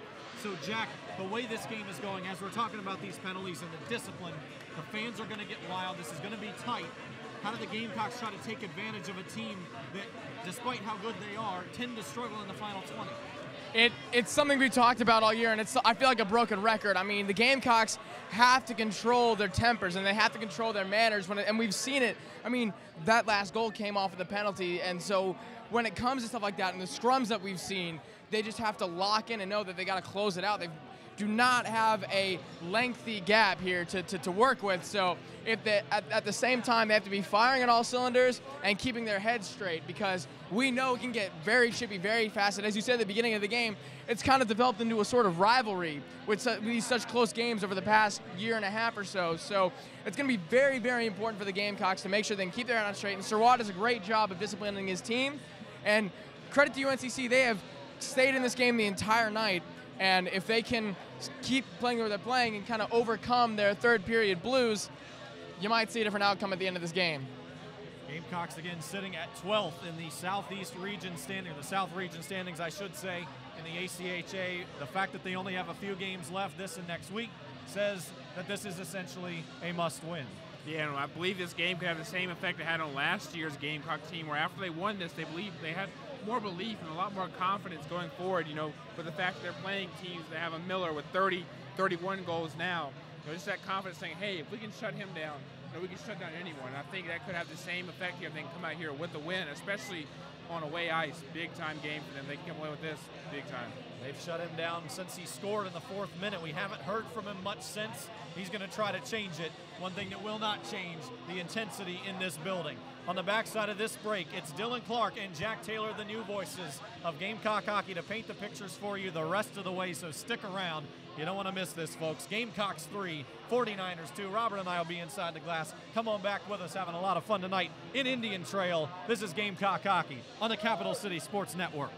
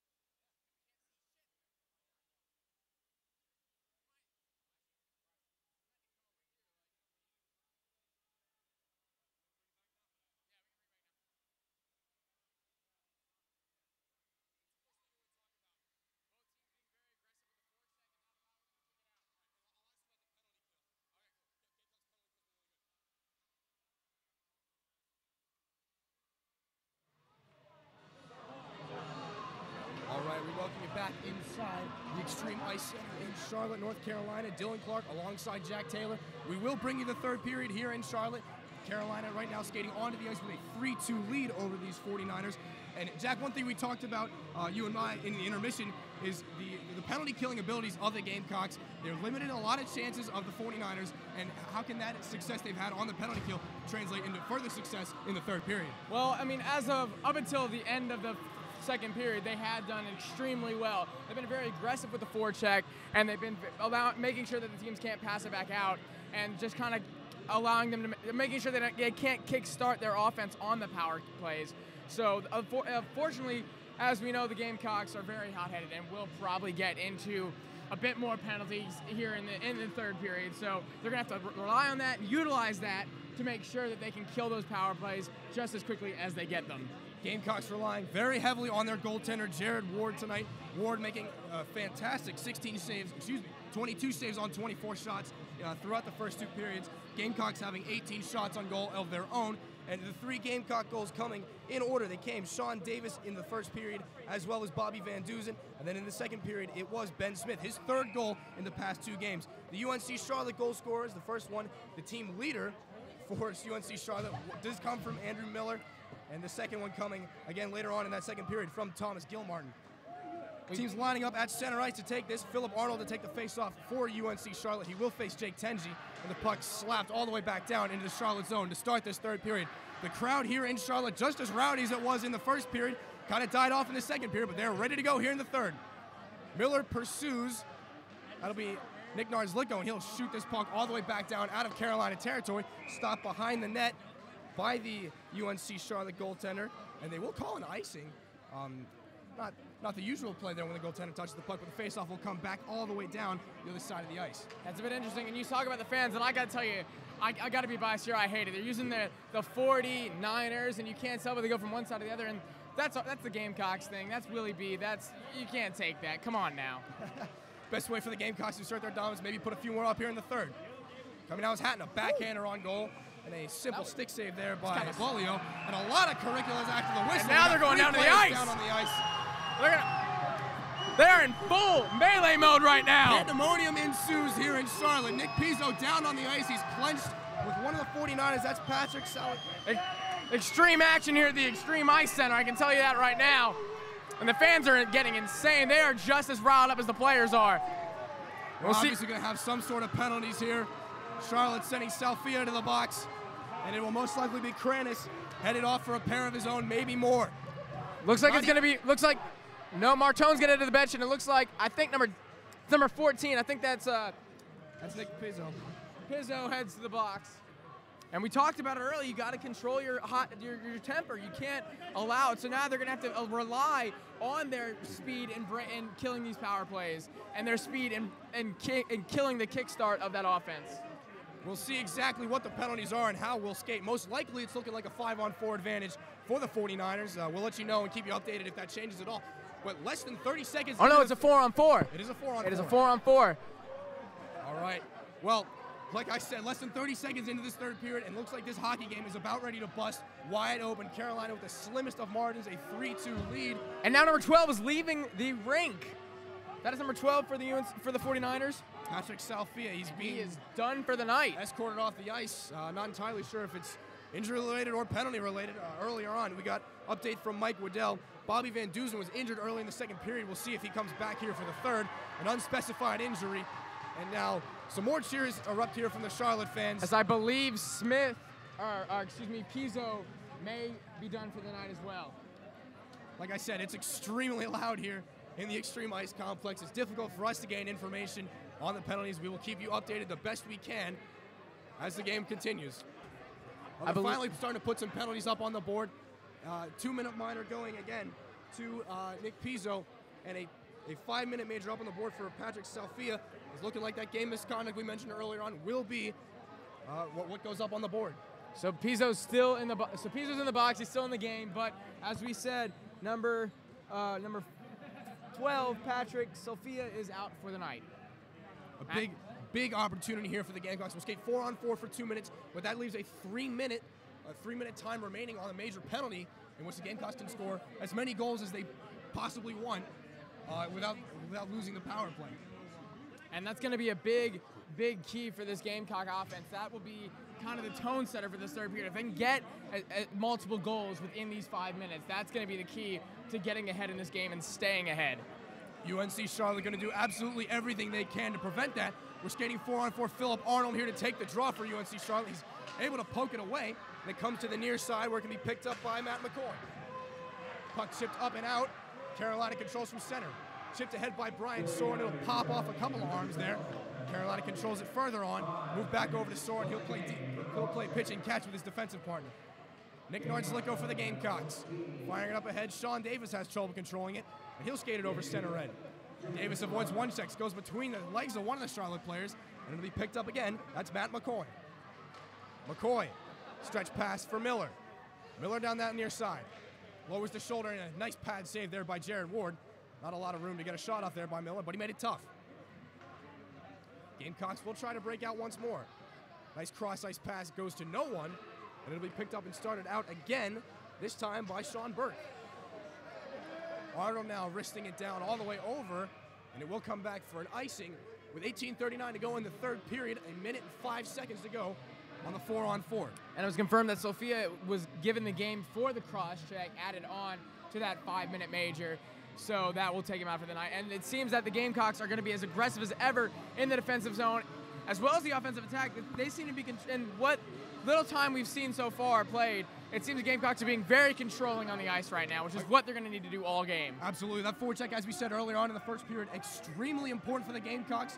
They're keeping things in front of them as often as they can, and it's contributed to success so far here on the scoreboard.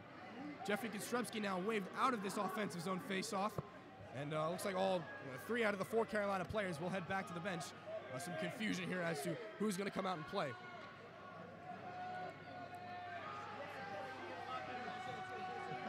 Not entirely sure if you can hear it here, but this is without a doubt the loudest game I've ever been a part of here, and it's just an absolutely fantastic atmosphere. We wish we could get some cameras in here for you, but we wouldn't have nowhere to put them. It is absolutely packed to the gills here at Extreme Ice Complex. I've been here multiple times in my past year and a half, a part of this staff, and I've never seen it this packed or this intense. And I can't imagine how much marketing they had to do to get this many people here, and I wish we could do that at the Plex. I tried to ask some of the fine folks here for UNC-Charlotte to give me an estimate about how many people were in this building, and they just kind of looked at me funny. So Jack and I have been estimating here. It's probably close to maybe 300. We don't even know. Considering the answer they gave us was 43, I can tell you very well, even though you can't see, it is well over 43. We were met with extensive sarcasm, but that is to be expected here in a game this close and this exhilarating to watch. Especially when you work for the opposing team. Officials now taking care of some ice issues over by the stands and at the red line. They're ironing out some sort of divots over there. A lot of them have to go to janitor school to learn how to sweep like that on the ice. That is absolutely not true, but thank you for that anyway, Jack. Just trying to, fill some time. We've got a long stoppage in play here. We're going to take a look. Jake Tenji, he missed a lot of games at the end of that first semester. He's the Gamecock captain. He's an extremely important part of this team. And it's his leadership on and off the ice that makes him so effective as a captain. Jake Tenji, so far this season, he's got 8 goals and 7 assists for 15 points. He was tied for 4 other players for the Gamecock lead in goal scoring. Some of those other players, Jeffrey Kostrubski, Ian Powderly, Sean Davis, and Mike Borst coming into this game, each with 8 goals apiece. Sean Davis, as we said earlier, 3 goals in the past 2 games. That'll bring him up. Sean Davis actually becomes the team leader in goals scored with 9. And we talked about it earlier. They were all leading with goal scorers. Borst, Tenji, and Davis. Oh, Ian Powderly and Kostrubski all with 8. So now you have someone in the lead. And it's a very even. They don't. It's not just built around one player. They spread the puck around. They move it around the ice and make sure that everyone can get a stick on the puck, not a hand on the ball. It's an extremely important factor tonight for Carolina that their offensive threats come all over the lineup. It's not just 1 or 2 players. It's everybody chipping the puck in, digging deep, and making a chance to go on the net.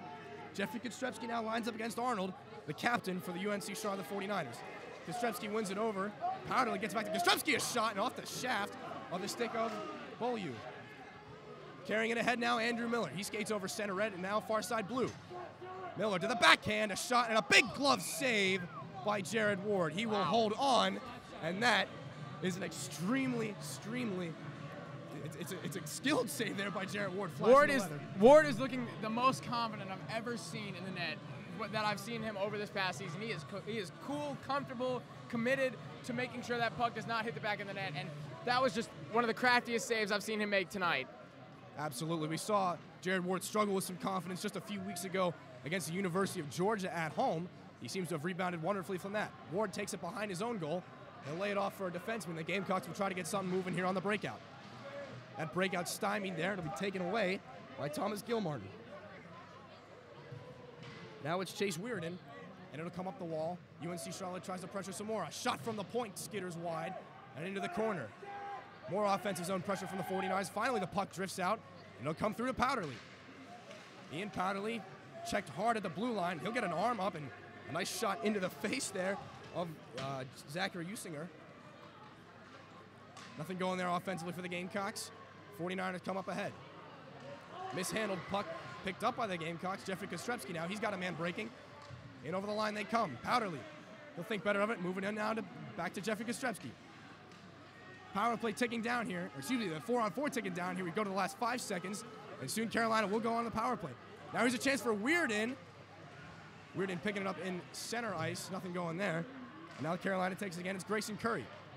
Up ahead, Van Duzen now back on the ice. Drop pass to Curry, back to Van Duzen in the slot. Chance in front. He shoots and scores. A great tic-tac-toe play in front, and Carolina widens the margin to 2 goals on the power play. That resembled a Tom Brady Patriot offense dink and dunk kind of play from one player to one player to the next. They just dinked and dunked that puck right into the back of the net, and that was right off the start of their power play. They've had 2 minutes and 48 seconds left in this 5-minute major, but coming right off of getting that extra man, and you can see it made all the difference. Yeah, it looks like Ian Powderly will get credit for the goal after the great passing between Van Duzen and Grayson Curry. A simple tap-in for Ian Powderly, but they will take whatever they can get. It resembled an alley-oop on the ice. All he had to do. Getting a bit of a warning here from the PA announcer about... Wouldn't surprise me. I'm surprised it didn't happen earlier in something this game. the fans are doing. A little bit. Got to keep them a little bit more under control here in the early stages of the third period. 17-12 to go in this third period. And if you're just joining us, your Carolina Gamecocks have just widened the margin to a 4-2 lead here in Charlotte. Center ice face-off won and controlled now by Carolina. They'll move it now behind the net. Now facing some pressure and a turnover in the defensive zone. And a chance for Charlotte. The puck goes just wide. Puck tried to be tapped in there by McArthur. Carolina controlling against Jeffrey Kostrepski. Kostrepski now a nice centering pass, and they'll bring it up ahead. 2-on-2 here. They'll bring it out wide, and a drop-off pass, a shot, and a nice save there by Fred Beaulieu. Beaulieu just absorbing that puck into the breadbasket, and we will get one more stoppage of play here. 2:09 to go on the 5-minute major. That minute major coming all the way back at the very early stages of this first period, and when we saw the game misconduct handed out. Oh, he wins it back. Kostrepski drops off. A shot from the point sails through all the bodies, and now it ends up behind the goal. A jam play there wouldn't go for, that would have been Corey Hawkinson. Charlotte trying to get things going here in the offensive zone, but Carolina doing a great job forcing them to the outside boards, keeping them out of that center ice territory where a lot of goals have been scored this year against your Carolina Gamecocks. Puck wristed back in. That'll be Ryan Burke. Puck controlled in front by Jared Ward. And a bit of a risky pass there by Ward up ahead to his winger. Gamecocks will bring it ahead now. It'll be chipped in and off a couple of skates. Now the Gamecocks will forecheck with that same ferocity we've seen all game. Alec Martone a bit slow to get up after receiving a hit. Puck slows back to the point. Soar now, wristing it behind. Martone back to his feet. Martone's got the puck. Martone faces pressure there. Extensive pressure. Martone hauled down. 3 Gamecocks below the goal line. A chance in front. Martone is shot. He shoots and scores! Alec Martone, it's 5-2 Gamecocks. What a pretty pass. As they were fighting for it behind the red line, right to Martone. He was standing right in front of the crease, passing it from behind the goal right into his stick, and he's just able to carry it and throw it in there. Brian Soar looking like he's going to get the assist on this goal here. Goal widens the margin now to 3, and it's not what we were expecting here in this third period. It's been such a close game. Now the Carolina Gamecocks starting to break away. But that's exactly how you take advantage of that power play, and especially with a major where you can score as many goals as you want within the 5 minutes. With about 1:08 left, they still have time for another goal, or maybe even 2. We've never seen that from the game. We haven't seen them in the Gamecocks this season, so I'd be very surprised. But that's exactly what you need to take control of this game and walk out of this center with a win. It's a fantastic thing to see Carolina really gaining some momentum here, and a great way to gain momentum is on the power play. And no, but it's really important here as we're going down the stretch. The SEC tournament is the next big thing for the Carolina Gamecocks, and the Carolina, not with the start to the semester they wanted, they're starting to turn things around here, and this is really the best jumping off point that you could head. Alec Martone's now tied for second with 4 other players. Like we said earlier on, a lot of scoring threats all over the lineup here, up and down for Carolina. It makes it extremely difficult for the other team to really contain them. Puck floats back in behind Jared Ward. He'll be taking D to D behind his own goal. Soar wraps it around, having a bit of trouble picking it up, and now slapped back in. Be Matt McCoy. Carolina with some speed through center here. Grayson Curry drops off and a shot to the goal. Nice save there by Beaulieu, and a shot comes through the crease. Greg Curry, almost a nice secondary chance there to put the Gamecocks up by 4. Now a chance going the other way. It's Philip Arnold. Arnold hounded by 3 Gamecocks. We've got a delayed penalty here, and some sort of obstruction foul seem to be coming up now. 10 seconds left on the major penalty to UNC-Charlotte's Patrick Salfia. And we're going to skate 4-on-4 here for about 10 seconds as one of the Gamecocks goes to the bench. We'll give you word on who that is as soon as we find out. Right now, we'd like to bring in Robert McCachren back up here to the broadcast booth. Robert, 14:44 to go here in the third period. Gamecocks just widen their lead to 3 now. How do you think that's going to translate to later success here in the third? They're looking really good. What I noticed down there on the benches, even before the second goal, was that the benches for USC was definitely a lot more energetic. They were communicating, talking, and on the UNC side, for some reason, you'd think with being down, but there was really no sense of urgency from the bench. And after this goal was scored, it seemed to be even more depleted. So I think right now, Gamecocks not only have the momentum going towards their way, but just the team morale and spirit is a lot higher down on the USC Gamecocks bench. Absolutely, a bit of a juxtaposition as to what we've seen throughout this season. A lot of times, Carolina will not be all that confident, and they'll come back to bite them. And now, right now, Carolina's staying loose, staying into it, and keeping things simple, as head coach Alan Surwa said, and it's translated to success on the scoreboard. Surwa must be jumping for joy down there. I'm telling you what, he's been preaching that all season long, and it seems like it's finally translating on the ice. Yeah, we can't speak enough about what an all-around great guy Alan Surwa is. He's been extremely helpful to us, been extremely helpful to this hockey team, and just a real mainstay here in the Gamecock family. Special thanks to him for everything he's been able to help us and the team with all throughout this season. Defensive zone face-off by the Gamecocks, 1 back. And they'll try to control things as UNC-Charlotte tries to stifle a breakout. They will, and it'll be slapped back in by McCoy. Charlotte trying to set things up behind the goal. They'll walk back out. Far point pass to McCoy. McCoy serves his line back down low. Miller. Miller now a shot and a stop by Jared Ward. Charlotte now on the power play for the next minute 9 seconds. Back at the point, McCoy. McCoy shoots one through traffic. A kick save by Jared Ward. Back to the point now. Fake shot comes over to Miller. Miller now has it swatted off his stick. It'll come over to Burke. Ryan Burke, that is. Back over to McCoy at one time and a shot stopped by Jared Ward. Back to McCoy now, the rebound, a long rebound there. Controlled and shot from the left wing point, and a glove save by Jared Ward. 3 nice saves there in quick succession. And with 13:33 to go in the third period, Jared Ward continuing the momentum here for the Gamecocks. He is just as cool as a cucumber right now. I mean, he seems as comfortable and as collected as I've ever seen Jared Ward.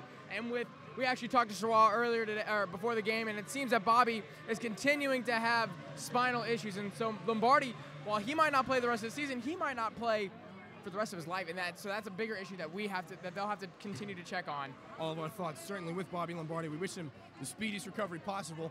I know how hard it is to stay away from this game that we all love so much. But in his absence, Jared Ward has been more than equal to the task. That's something encouraging, as we said, for a team bound for the SEC tournament. A chance ahead here now, coming for the puck, and almost loose hauled down on the play was Alex Kranis. Excuse me, that's Alec Martone as he crashed into the boards. No penalty called. Back in now down the left wing. Zach Browski centers one through the goal, wouldn't go for anybody. Browski's got it again on the right side. Browski comes in contact with one of the Gamecocks. Nobody can really get possession until it's shoveled back out and down the ice. Carolina will go for a line change here as the penalty comes to a close. Again, Carolina doing an extremely effective job of penalty killing throughout this game, and it's quite easy to say that that's been one of their main keys to success here in Charlotte. behind the goal now. Collision between 3 or 4 players at one time. The puck comes free. Bit of a dangerous pass there over the right side. Carolina trying to break that puck out, but nothing really going here. Carolina better at breaking the puck out in the earlier stages of this game than the latter. They'll continue to work on that in the remaining minutes that we have. McCoy in his own defensive zone for UNC-Charlotte, unable to get anything going until he moves it up to his winger. Now a turnover. Gamecocks come back with numbers. Tenji centers one, a backhander, a nice rising shot there. Caught and smothered by Fred Bolio as he hit him right up high in the shoulder. Just a little bit of a wrister, but not enough power to get past the glove of the 49er goalie. And so, again, they're being extremely aggressive on the offensive attack, and that's, if they can keep that up for the rest of the night, they can walk out of here with a W. Confidence is really the Carolina Gamecocks' biggest asset right now, and it is radiating all throughout the lineup as they'll try to hold on here for a nice 2 points in Charlotte. A lot of hockey left to be played, though. 11:51 to go in the third period as we have a stoppage in play just outside the Carolina zone, right in front of the bench where head coach Alan Serwal looks on. The fans continue to berate each and every one of the Carolina Gamecocks in their own specific way. As now being escorted to the box. Looks like it'll be Alec Martone. That's actually Duncan Hickman. It is Hickman. Hickman going in the box. And, I mean, for the most part, in this period, the refs have done a pretty good job of corralling the players before things get out of hand. Exactly. Hickman will sit for 2 here. And UNC-Charlotte with a chance to draw back within 2. Trying to get into the offensive zone now seems to be troublesome for the 49ers. Once they do, they'll work it down in. They love to control that puck on the left wing boards. Steep angle shot kicked out by Ward. And that'll come, unable to be held in by McCoy, though. 49ers will have to regroup in the neutral zone. Slapped across now. It's picked up by the UNC-Charlotte captain, and a puck fired up and into the glass by Philip Arnold. Around in that slot there, Carolina unable to control. It'll come back behind the net. It is Arnold. Arnold for Charlotte, pressured heavily by the Gamecock defenders. Now they step out towards the slot. A nice move, and Miller can't get a shot off. Miller still got the puck, though. He doubles back towards the blue line. Miller winds, fires, and off the shin guards of one of the Carolina D-men. Centering pass attempted by Miller, wouldn't get through to anybody, and he's absolutely hounded right now. And we've got all these bodies colliding in front of the goal, dropping left and right. We've got tackles, we've got punches being thrown. It is absolute pandemonium here once more in Charlotte. We can't even see what's going on because of all the fans trying to get to the action, as the refs will try to pick the bodies apart here in the middle stage of this second period. I'll tell you one thing, Dylan, I've been down for the whole first part of this third period down there. I've never seen anything quite like this in terms of just the way the aggression is coming after the fact. I mean, usually you used to do some pushing and shoving, maybe somebody drops their gloves, but it's the tackling, it's the cross-checking, it's everything's out of control. And what's amazing is down there you wouldn't even know it because the Charlotte bench is as muted as they've ever been, and you'd think they'd be up like the fans are, but they're not, and yet right now they put themselves in a position because the Gamecocks are committing stupid penalties. Yeah, like Brett said, we are not used to the tackling. Looking like a WWE match over here in Charlotte. But they'll try to sort out all the penalties just as the referees so often find themselves tasked with. And with 10:48 to go here, 59 seconds remain on the penalty to Duncan Hickman. Carolina will have to contest with that as well as any other penalties that may follow. As Thomas Gilmartin is heading off for Charlotte. And he served the majority of the 5-minute major assessed to Patrick Salfio when he was sent off. So Gilmartin spent a lot of time there, and I do believe we've got coincidentals here. There appear to be 2 Gamecocks in the box, so adding on to Hickman's earlier penalty. If these cancel out, it will be a decision of the official whether we skate 5-on-4 once again, or if they take it down to 4-on-3, as Carolina has two players in the penalty box. And Alan Serwal is adamant it's something. I don't know who he is gesturing towards, if it's the referee, if it's some of his players, but he is adamant that some action be taken. Right now, Andrew Miller he's just throwing his hands up to his fellow players on the bench saying, I can't believe some of this stuff. And we can't believe it either. We don't even really understand what's going on. Andrew Miller, a dangerous threat all throughout this game for Charlotte. He's got to be extremely frustrated. When you are the leading scorer for your team and you're only able to convert once, you always want to be able to do more. And Miller obviously frustrated, and I think that's trickling down throughout the lineup to the rest of his teammates. Well, it's just very abnormal to see Andrew Miller not be the person you're watching for. And I hesitate to say that because if the Gamecocks sleep on him the rest of the game, it's not going to end well for them, that's for sure. But the way Gil Martin's played, the way Philip Arnold has played, they've been the main headhunters. They've been the ones that are looking for the open nets, that have had good passes, had better shots. Perhaps that's just the Gamecocks' game plan working well, because I imagine trying to take Andrew Miller at least somewhat out of the game, which I guess if one goal and then keep him quiet for a long time will suffice in that category. Maybe it's just working out for them, but it is I agree with you, got to be very frustrating for the leader of that 49ers team. Gamecocks struggling this year in shutting down other team stars. For example, Carter Penzian of the Georgia Bulldogs put up 8 points on Carolina just a few weeks ago, 3 goals and 5 assists in that hockey game. And it's very refreshing here to see the Gamecocks able to contain some of these opposing stars. Penalties finally have been put up on the board.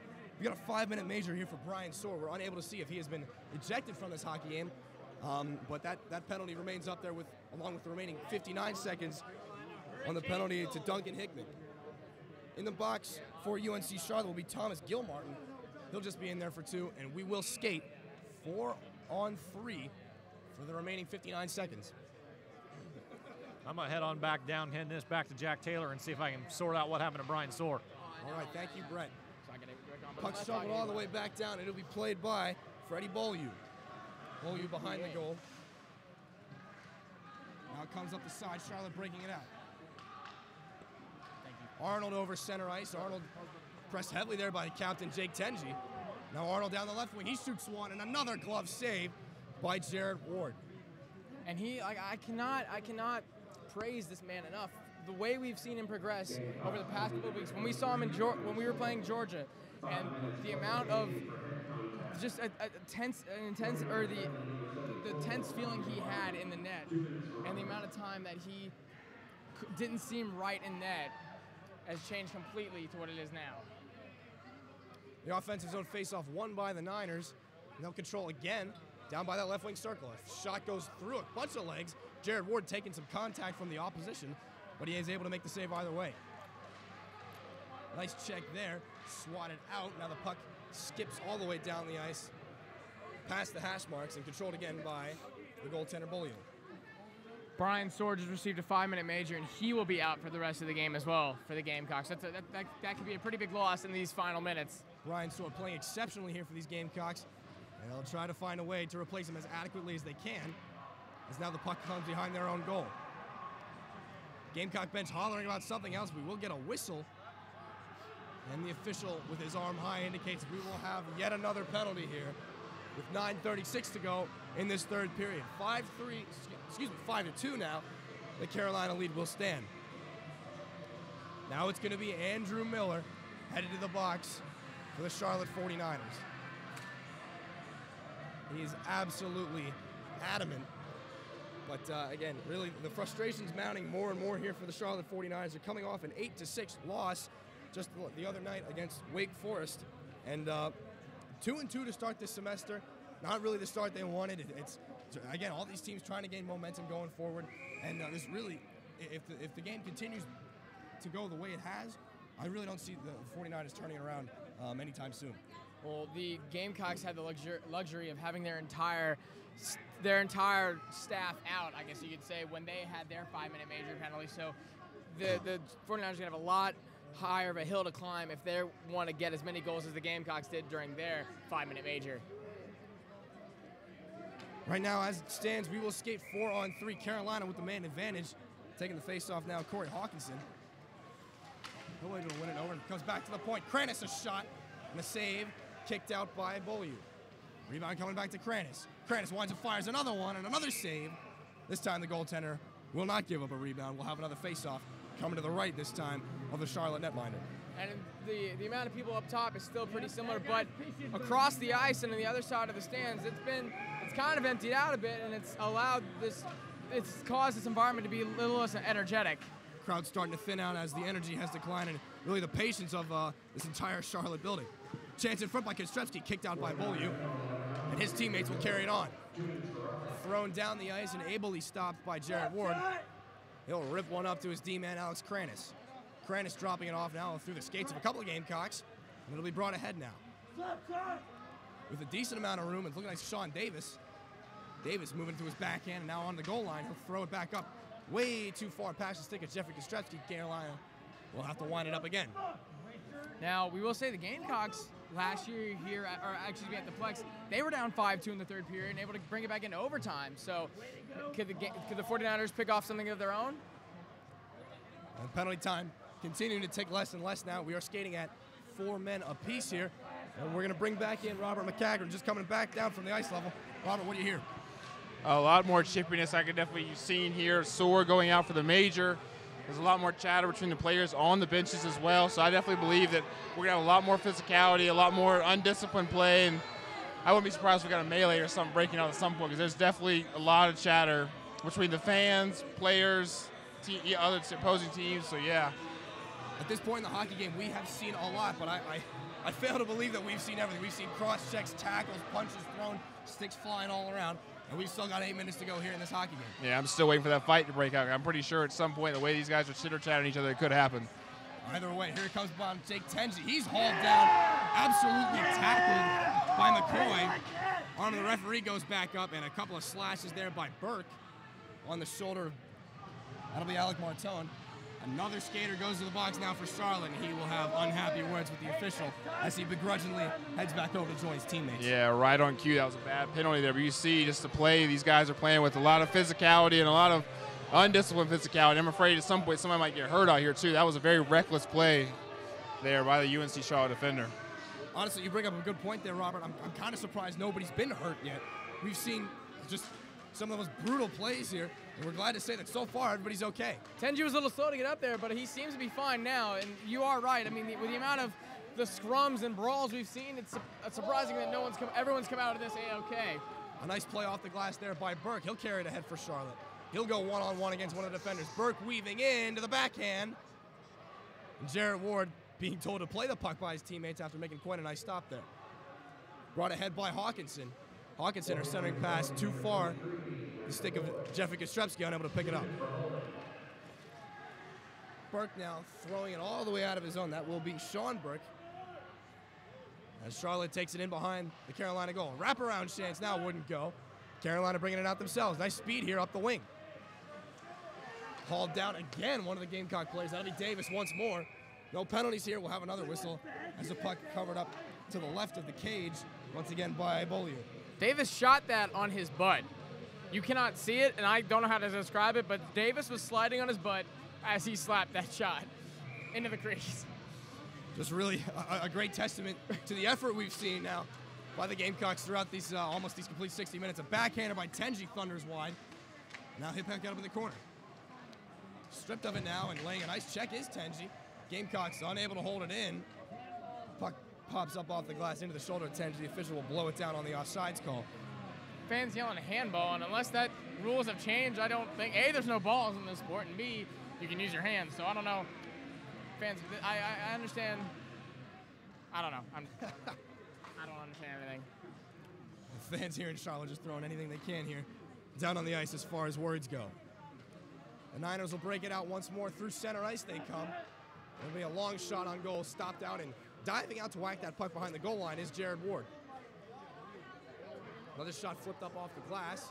Carolina trying to clear, and they're unsuccessful in doing so this time. Nice chance to the goal and a big hit there by Jake Tenji, shutting down whatever chances may have come for the Niners. Now they continue. A puck goes off a couple of skates in front. Alec Martone now throwing it back down too far for Jake Tenji. Justin Gerasimov will control for Charlotte. Turnover now controlled again. Lots of turnovers here in this neutral zone. And if that continues, we won't see very much offense for the rest of the night. Ahead now come the Niners, weaving all the way through these players. And skating behind the goal now. McCoy, he'll back it up. With Max McArthur. McArthur shot, they score! Some nice skating behind the goal by Max McArthur. And the 49ers able to put one more past the pad of Jared Ward. Now the gap has been closed a little bit. It's 5-3. The deficit now stands at just 2 goals with 5:56 to go in the third period. More than enough time for the Charlotte 49ers to mount a bit more of a comeback, and but 8 seconds left out of that power play. The game, the 8 seconds left, coming off the 4-on-4. It was a 4-on-4 with 23 seconds, or excuse me, with about 20 seconds left in their power play, and they were able to take advantage of the 8 seconds left in the power play and get a goal. And like we said, USC last year in the same scenario, they were down 5-2 in the third period, came back to win in overtime 6-3. So, or excuse me, 6-5. So who knows? We've seen crazier things happen tonight and in the past year. Bit of a redemption game here tonight for the Gamecocks. They fell to these same 49ers 7-5 on the opening game of the season, and right now they're going to try to hold on and exact that revenge. Even skating for both teams now. At the moment, it'll be Ray for the 49ers. Puck picked up now by Van Duzen, and now brought ahead again. It's McArthur. McArthur shot over the goal. Might have been getting a piece of it there was Jared Ward. More players collide in the corner, more sticks come up, more cross-checks given, no penalties assigned. The play continues, a couple chances pop around in front. Carolina now able to take the pressure off. Thrown up to the far side boards now. Picked up in friendly territory now by Gerasimov. Puck thrown on goal, hitting the mask of Jared Ward as the Niners bring it in. Again, Gerasimov throws it behind the goal. McArthur shot in front now. That's Andrew Miller. Miller a chance, nothing going there. The Gamecocks will break it out with some speed, but all alone is Nick Pizzo. Pizzo able to shovel it around some of the UNC defenders. Now the puck coming off the stick of Corey Hawkinson. Unable to hold it in is Jeffrey Kostrepski. A down chance coming the other way for Charlotte. Line changes now for each team as we're just crossing over that 4-minute threshold here in the third period. Gamecocks trying to control their own zone, trying to get a breakout going as well. Nothing doing there. Again for Charlotte. Gerasimov. Behind the goal, nice hit there. And getting back to his feet is Hawkinson.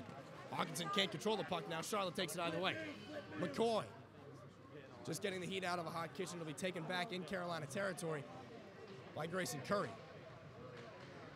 Charlotte now shoveling a puck off the official and unable to get it into the own zone of the Carolina Gamecocks. Now taking it ahead down the left wing boards. Shoveled through a couple of feet by Jimmy Hatton. But Charlotte controlling again.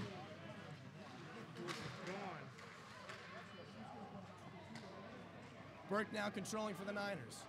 Over center red. He'll take a crushing blow there by the Carolina captain, Jake Tenji. Puck thunders behind Ward. Now a couple more players stumbling down to the ice. And we will have a stoppage of play here with 3:17 to go in the third period. Carolina now sporting a 5-3 lead. That deficit's been cut now. Rejoining us inside the broadcast booth, Brett Williams. Brett, what have you seen down there at ice level? Well, you can definitely tell as soon as that goal went in from Andrew Miller, a tangible difference not only in the UNCC bench, but just in the fans, and that energy that was so much there throughout the second period came right back up all of a sudden. Now, obviously, with 3:17, the Gamecocks have done a nice job of preventing, as I think we have a timeout on the ice here. They've done a nice job preventing that from turning into a number of goals in quick succession. But as I said earlier in this broadcast, this is a team that's more than capable of doing so. And the fact that Miller was the one to actually get it home, you just feel like that just gives him and the whole rest of that team a big confidence boost. That confidence, absolutely the thing that UNC-Charlotte 49ers need more than anything right now. And as we go through this timeout, if there's one player that stands out to you the most on either side of this hockey game right now, who would it be? Quite honestly, I'd have to say Jared Ward in a lot of ways, because Ward, you know, admittedly the defense has done a nice job of really keeping him from being completely in the fire tonight. He hasn't been consistently harassed. He's made a lot of key saves in big moments, and even about 2 minutes before Miller found the goal on the wraparound, it was a similar situation right before where he was able to slide from one side of the post to the other and just kick it out with the skate and frustrate him for another couple more minutes. So it's moments like that, and particularly in a game like this that means so much to this Gamecock team. He's been the primary goalie for much of this year, but this is the time where you really find out what your team is made of and what your goalie's going to give you in the postseason, which is coming next week.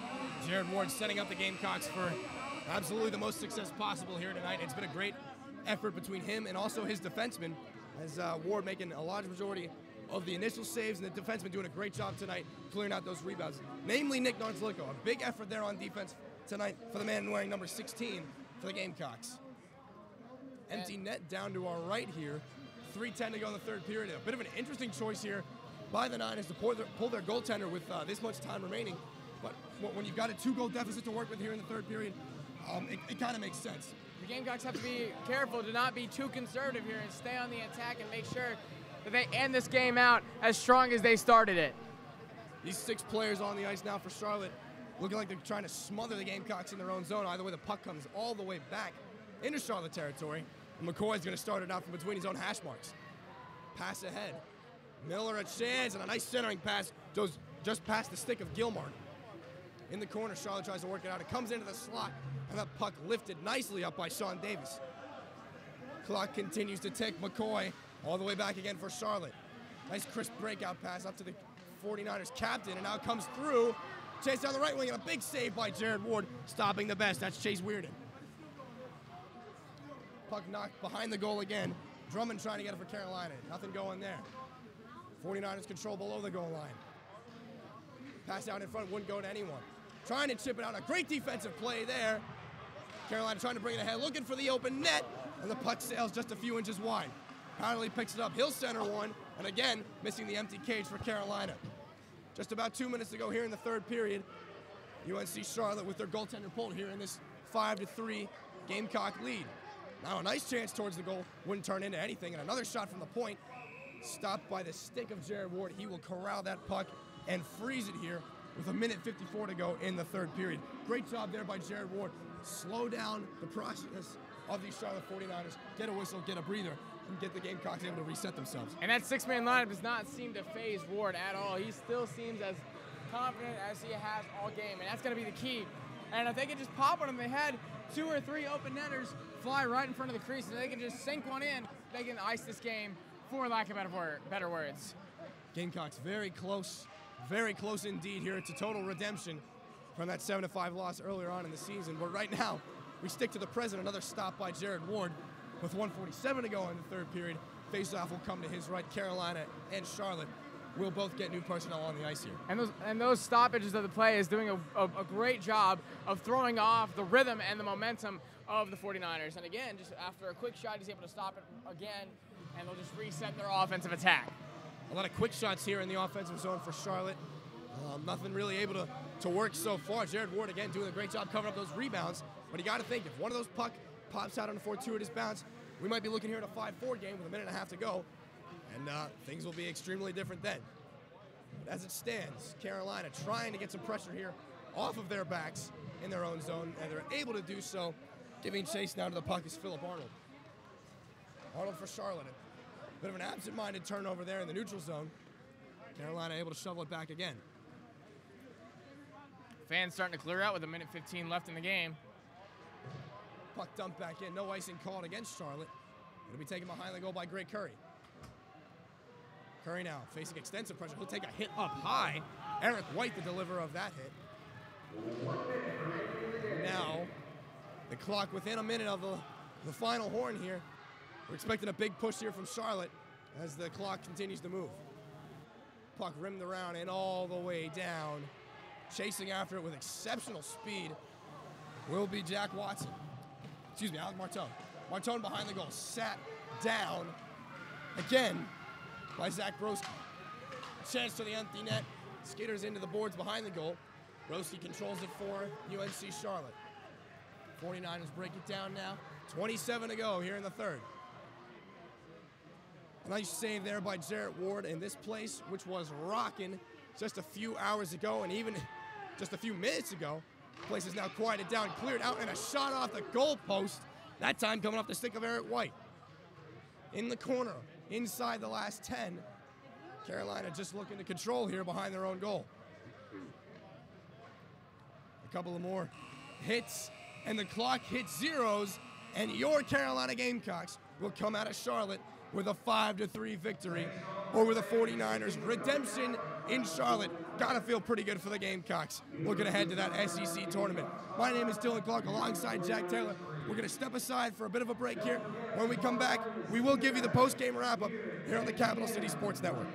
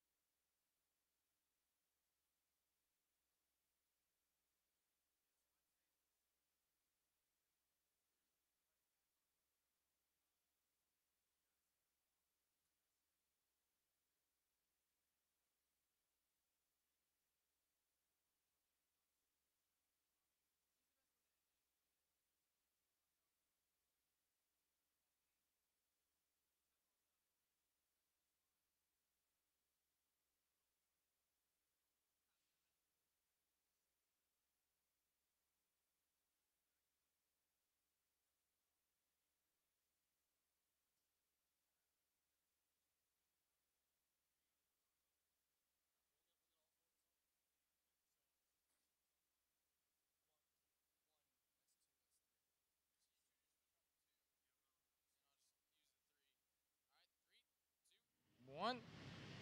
All right, welcome back in the Extreme Ice Center for the last time tonight for our post-game show here. The Carolina Gamecocks besting the Charlotte 49ers by a score of 5-3. An important road win here for the Gamecocks, trying to build momentum going into that SEC tournament. I'm joined by Jack Taylor, Brett Williams, and Robert McCachren. And right now, the biggest story tonight, I think, has got to be Jared Ward. Jared Ward, an exceptional force throughout this entire game. He played exceptionally well on the penalty kill, I think, is where Jared Ward really shined the most. And Brett, how does building confidence for Jared Ward, what does tonight do for his confidence going into the SEC tournament? Well, he told us, we just spoke with him post-game, and he was telling us how coming into this season, he hadn't played hockey in 3 years. And he was just kind of thrust into that situation with Bobby Lombardi getting hurt early in this season. And obviously we know from last year what Bobby Lombardi meant to this team in his freshman year. And so to lose him, really thrust Jared Ward into a tight spot.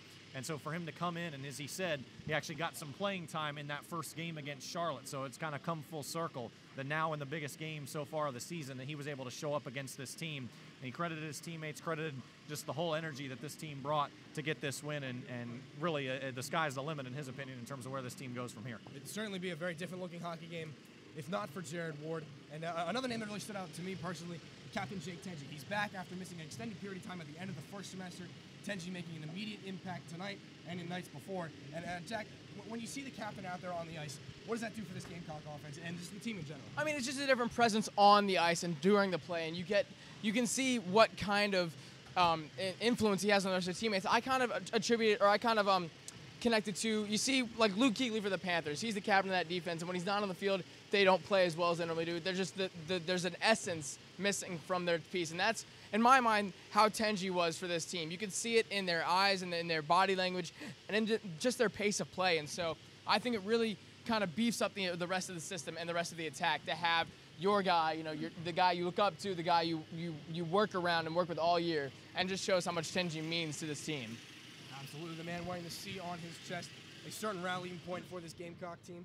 And now, the last thing looking forward, the SEC tournament is next in Nashville next week.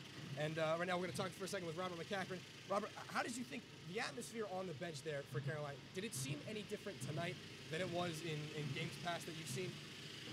Yeah, definitely. I think sometimes before you've seen this Gamecock team, when they've been in these situations, they've quit as well. We've seen them just, the energy and chatter wasn't there. But definitely on the benches tonight, you saw, two contrasted teams. You think with UNC-Charlotte, they'd be all, hyped and ready to go. But it seemed to be very quiet with the Gamecocks were definitely ready to go, communicating, talking to each other on the bench, letting them when a man was on him, how fast he was coming and stuff, and just the energy and overall, just willing the team on, the morale, just kind of cheering the guys on from the sideline, being the cheerleaders, per se, of the team out there. And it's just great to see from a team perspective, actually, as a former player myself in rugby, not hockey, but, just hearing your teammates on the sideline, so getting you going, then, it's definitely good for that team, way to pick them up.